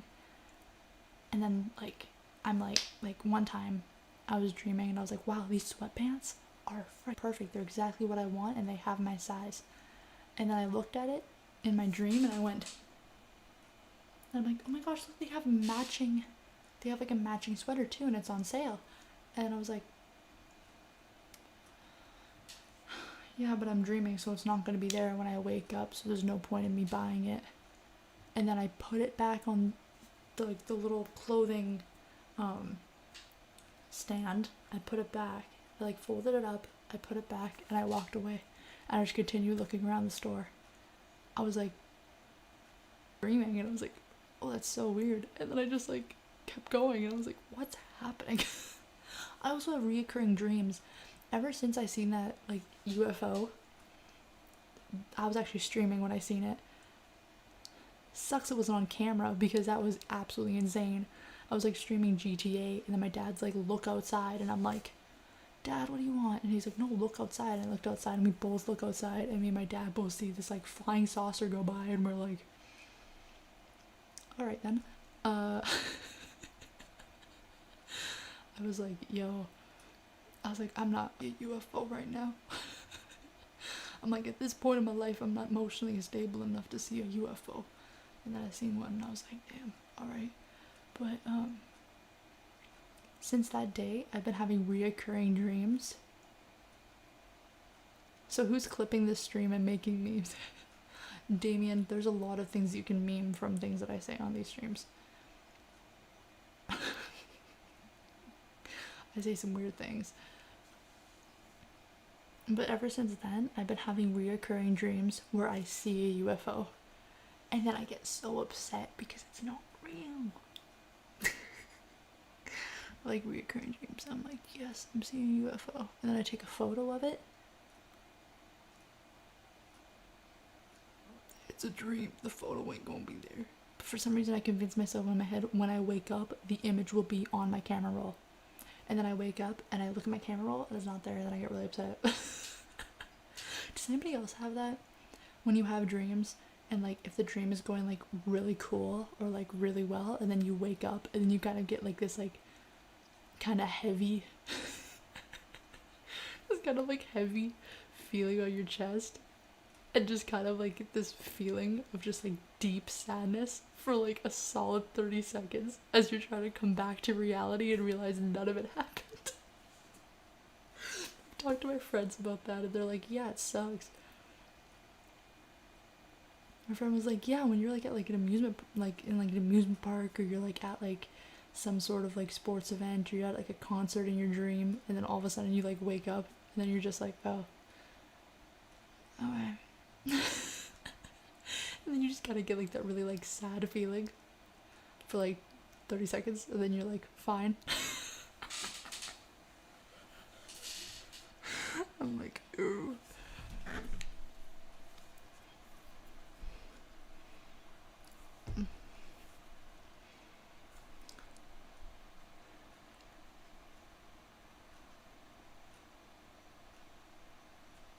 Yeah, I just had like some really weird dreams.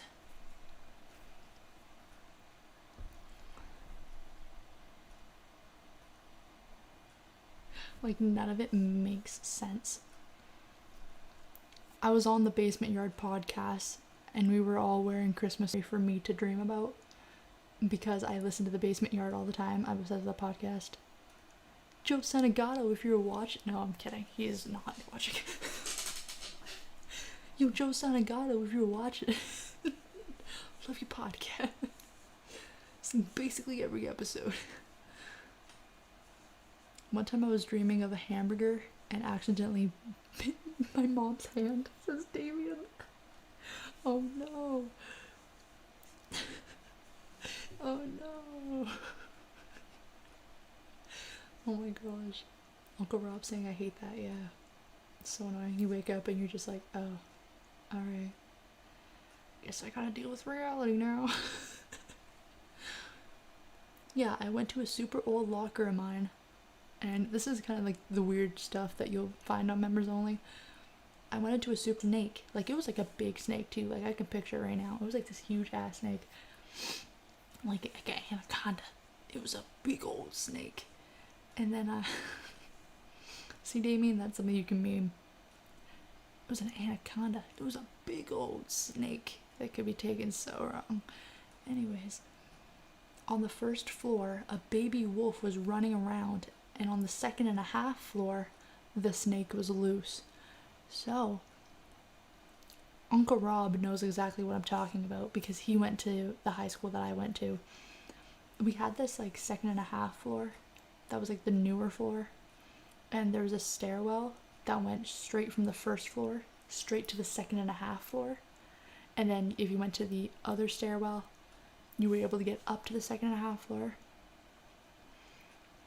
But then through the other side, there was nothing there. Anyways. So, I went for, on the 2.5 floor, there was a snake in one of my old lockers, and I was like, oh no, like, I need to leave. So I went to go down the 2.5 floor stairs to go to the first floor, and there was a baby wolf loose on the first floor, so I couldn't go there either. I don't remember what happened after that. 99% of the reason I get stories wrong. Same here. I'll be talking to my friends and I'm like, yo, what was that game that we were playing the other day? That card game that we made up? It was like so cool and it was so fun. And they were like, are you okay? They're like, what are you talking about? Like, I have like false memories. Like, I think that they actually happened, but they were in my dream. And I don't know that, because my dreams are so realistic, and I dream every single night, and I remember my dreams 90% of the time. So like, I'll be like talking about something, and my friends will be like, what? My friends are like, are you okay? Because none of that happened. And I'm like, oh, alright. Yikes. Or something will like actually happen and I'll think it's a dream, and then I'm thinking about a memory and I'm like, oh no, that was just a dream. And then my friend's like, no, it happened. And I'm like, oh, that's embarrassing. Like, oh, that's embarrassing. Anyways, I need to go to bed because I gotta get up tomorrow and do some things. I'm gonna set my alarm for like, it's 1 now. 1, 2, 3, 8, 9. I'll set my alarm for 10. I'm gonna go brush my teeth. I'm going to set my alarm for 10. One time I dreamed I was in Assassin's Creed. I had a dream that I was in Red Dead Redemption one time. I was doing the whole bank thing in Red Dead, but like it was in my dream. Oh yeah.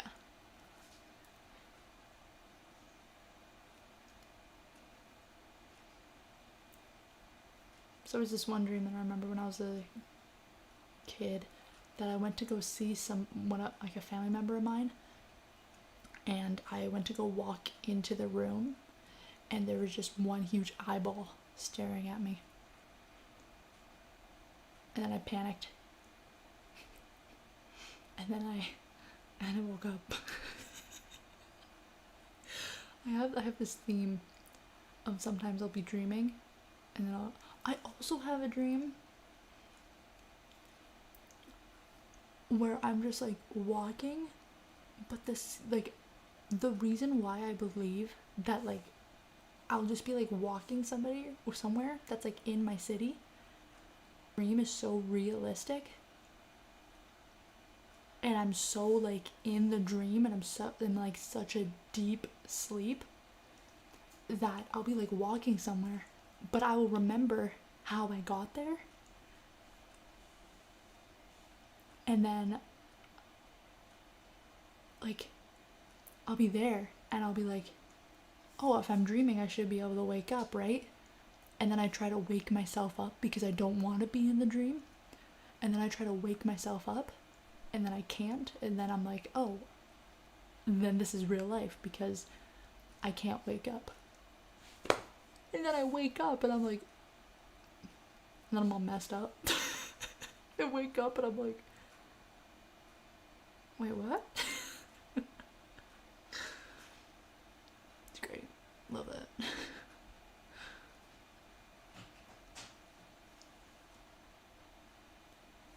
I do my cat litter. Hold it.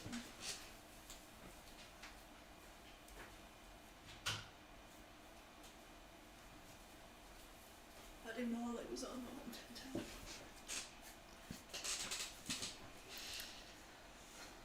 Or like, one time I had a dream because if I'm doing something the next day,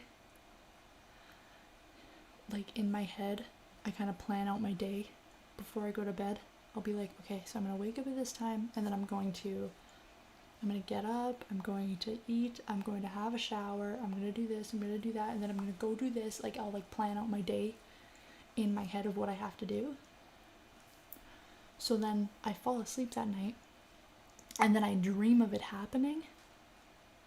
But then for some reason, like if somebody needs to pick me up or something to go somewhere, I will dream that that person is late. Person's never late, but I'll have a dream that they're late. Or like something like that. And then one time I was like, oh, I have to talk to my dad about this tomorrow. And then I'll go to bed, and then I'll have a full conversation with my dad. One time I had a full conversation with my dad of me explaining my week coming up to him with school and any events that I had going on for that upcoming week. So then he knew when we knew when I was able to stream throughout the week, right? So I was talking about this, but he wasn't responding back to me, and he's sitting in his chair, and I'm like, why aren't you responding? I'm like, why isn't my dad responding? Anyways, he just like looked at me, and I was like, okay, he's not acknowledging what I'm saying, but I'm just going to like continue to talk to him.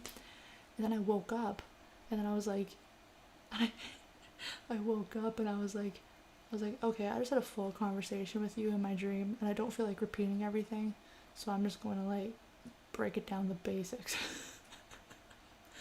I was like, the first time, nailed it. First time, I explained beautifully. And I'm like, now it's the second time around. I don't remember.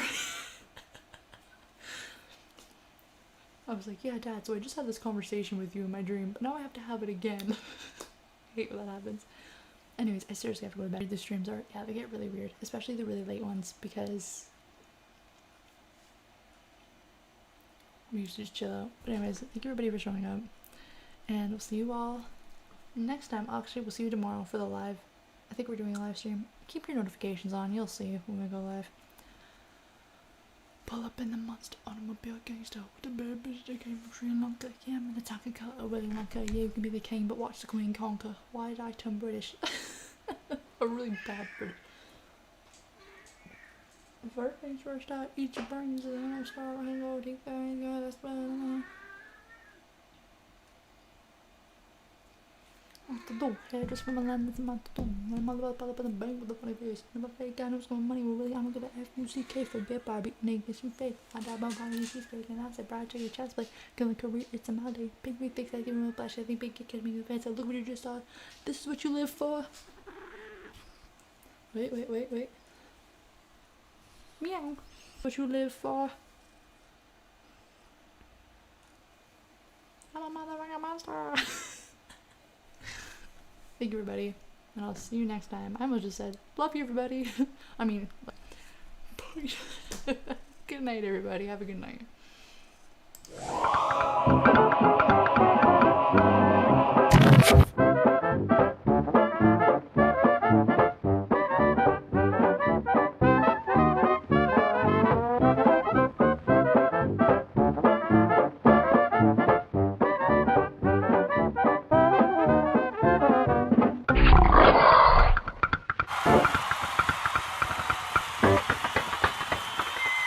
Until next time, everybody. Next time, boom shakalaka.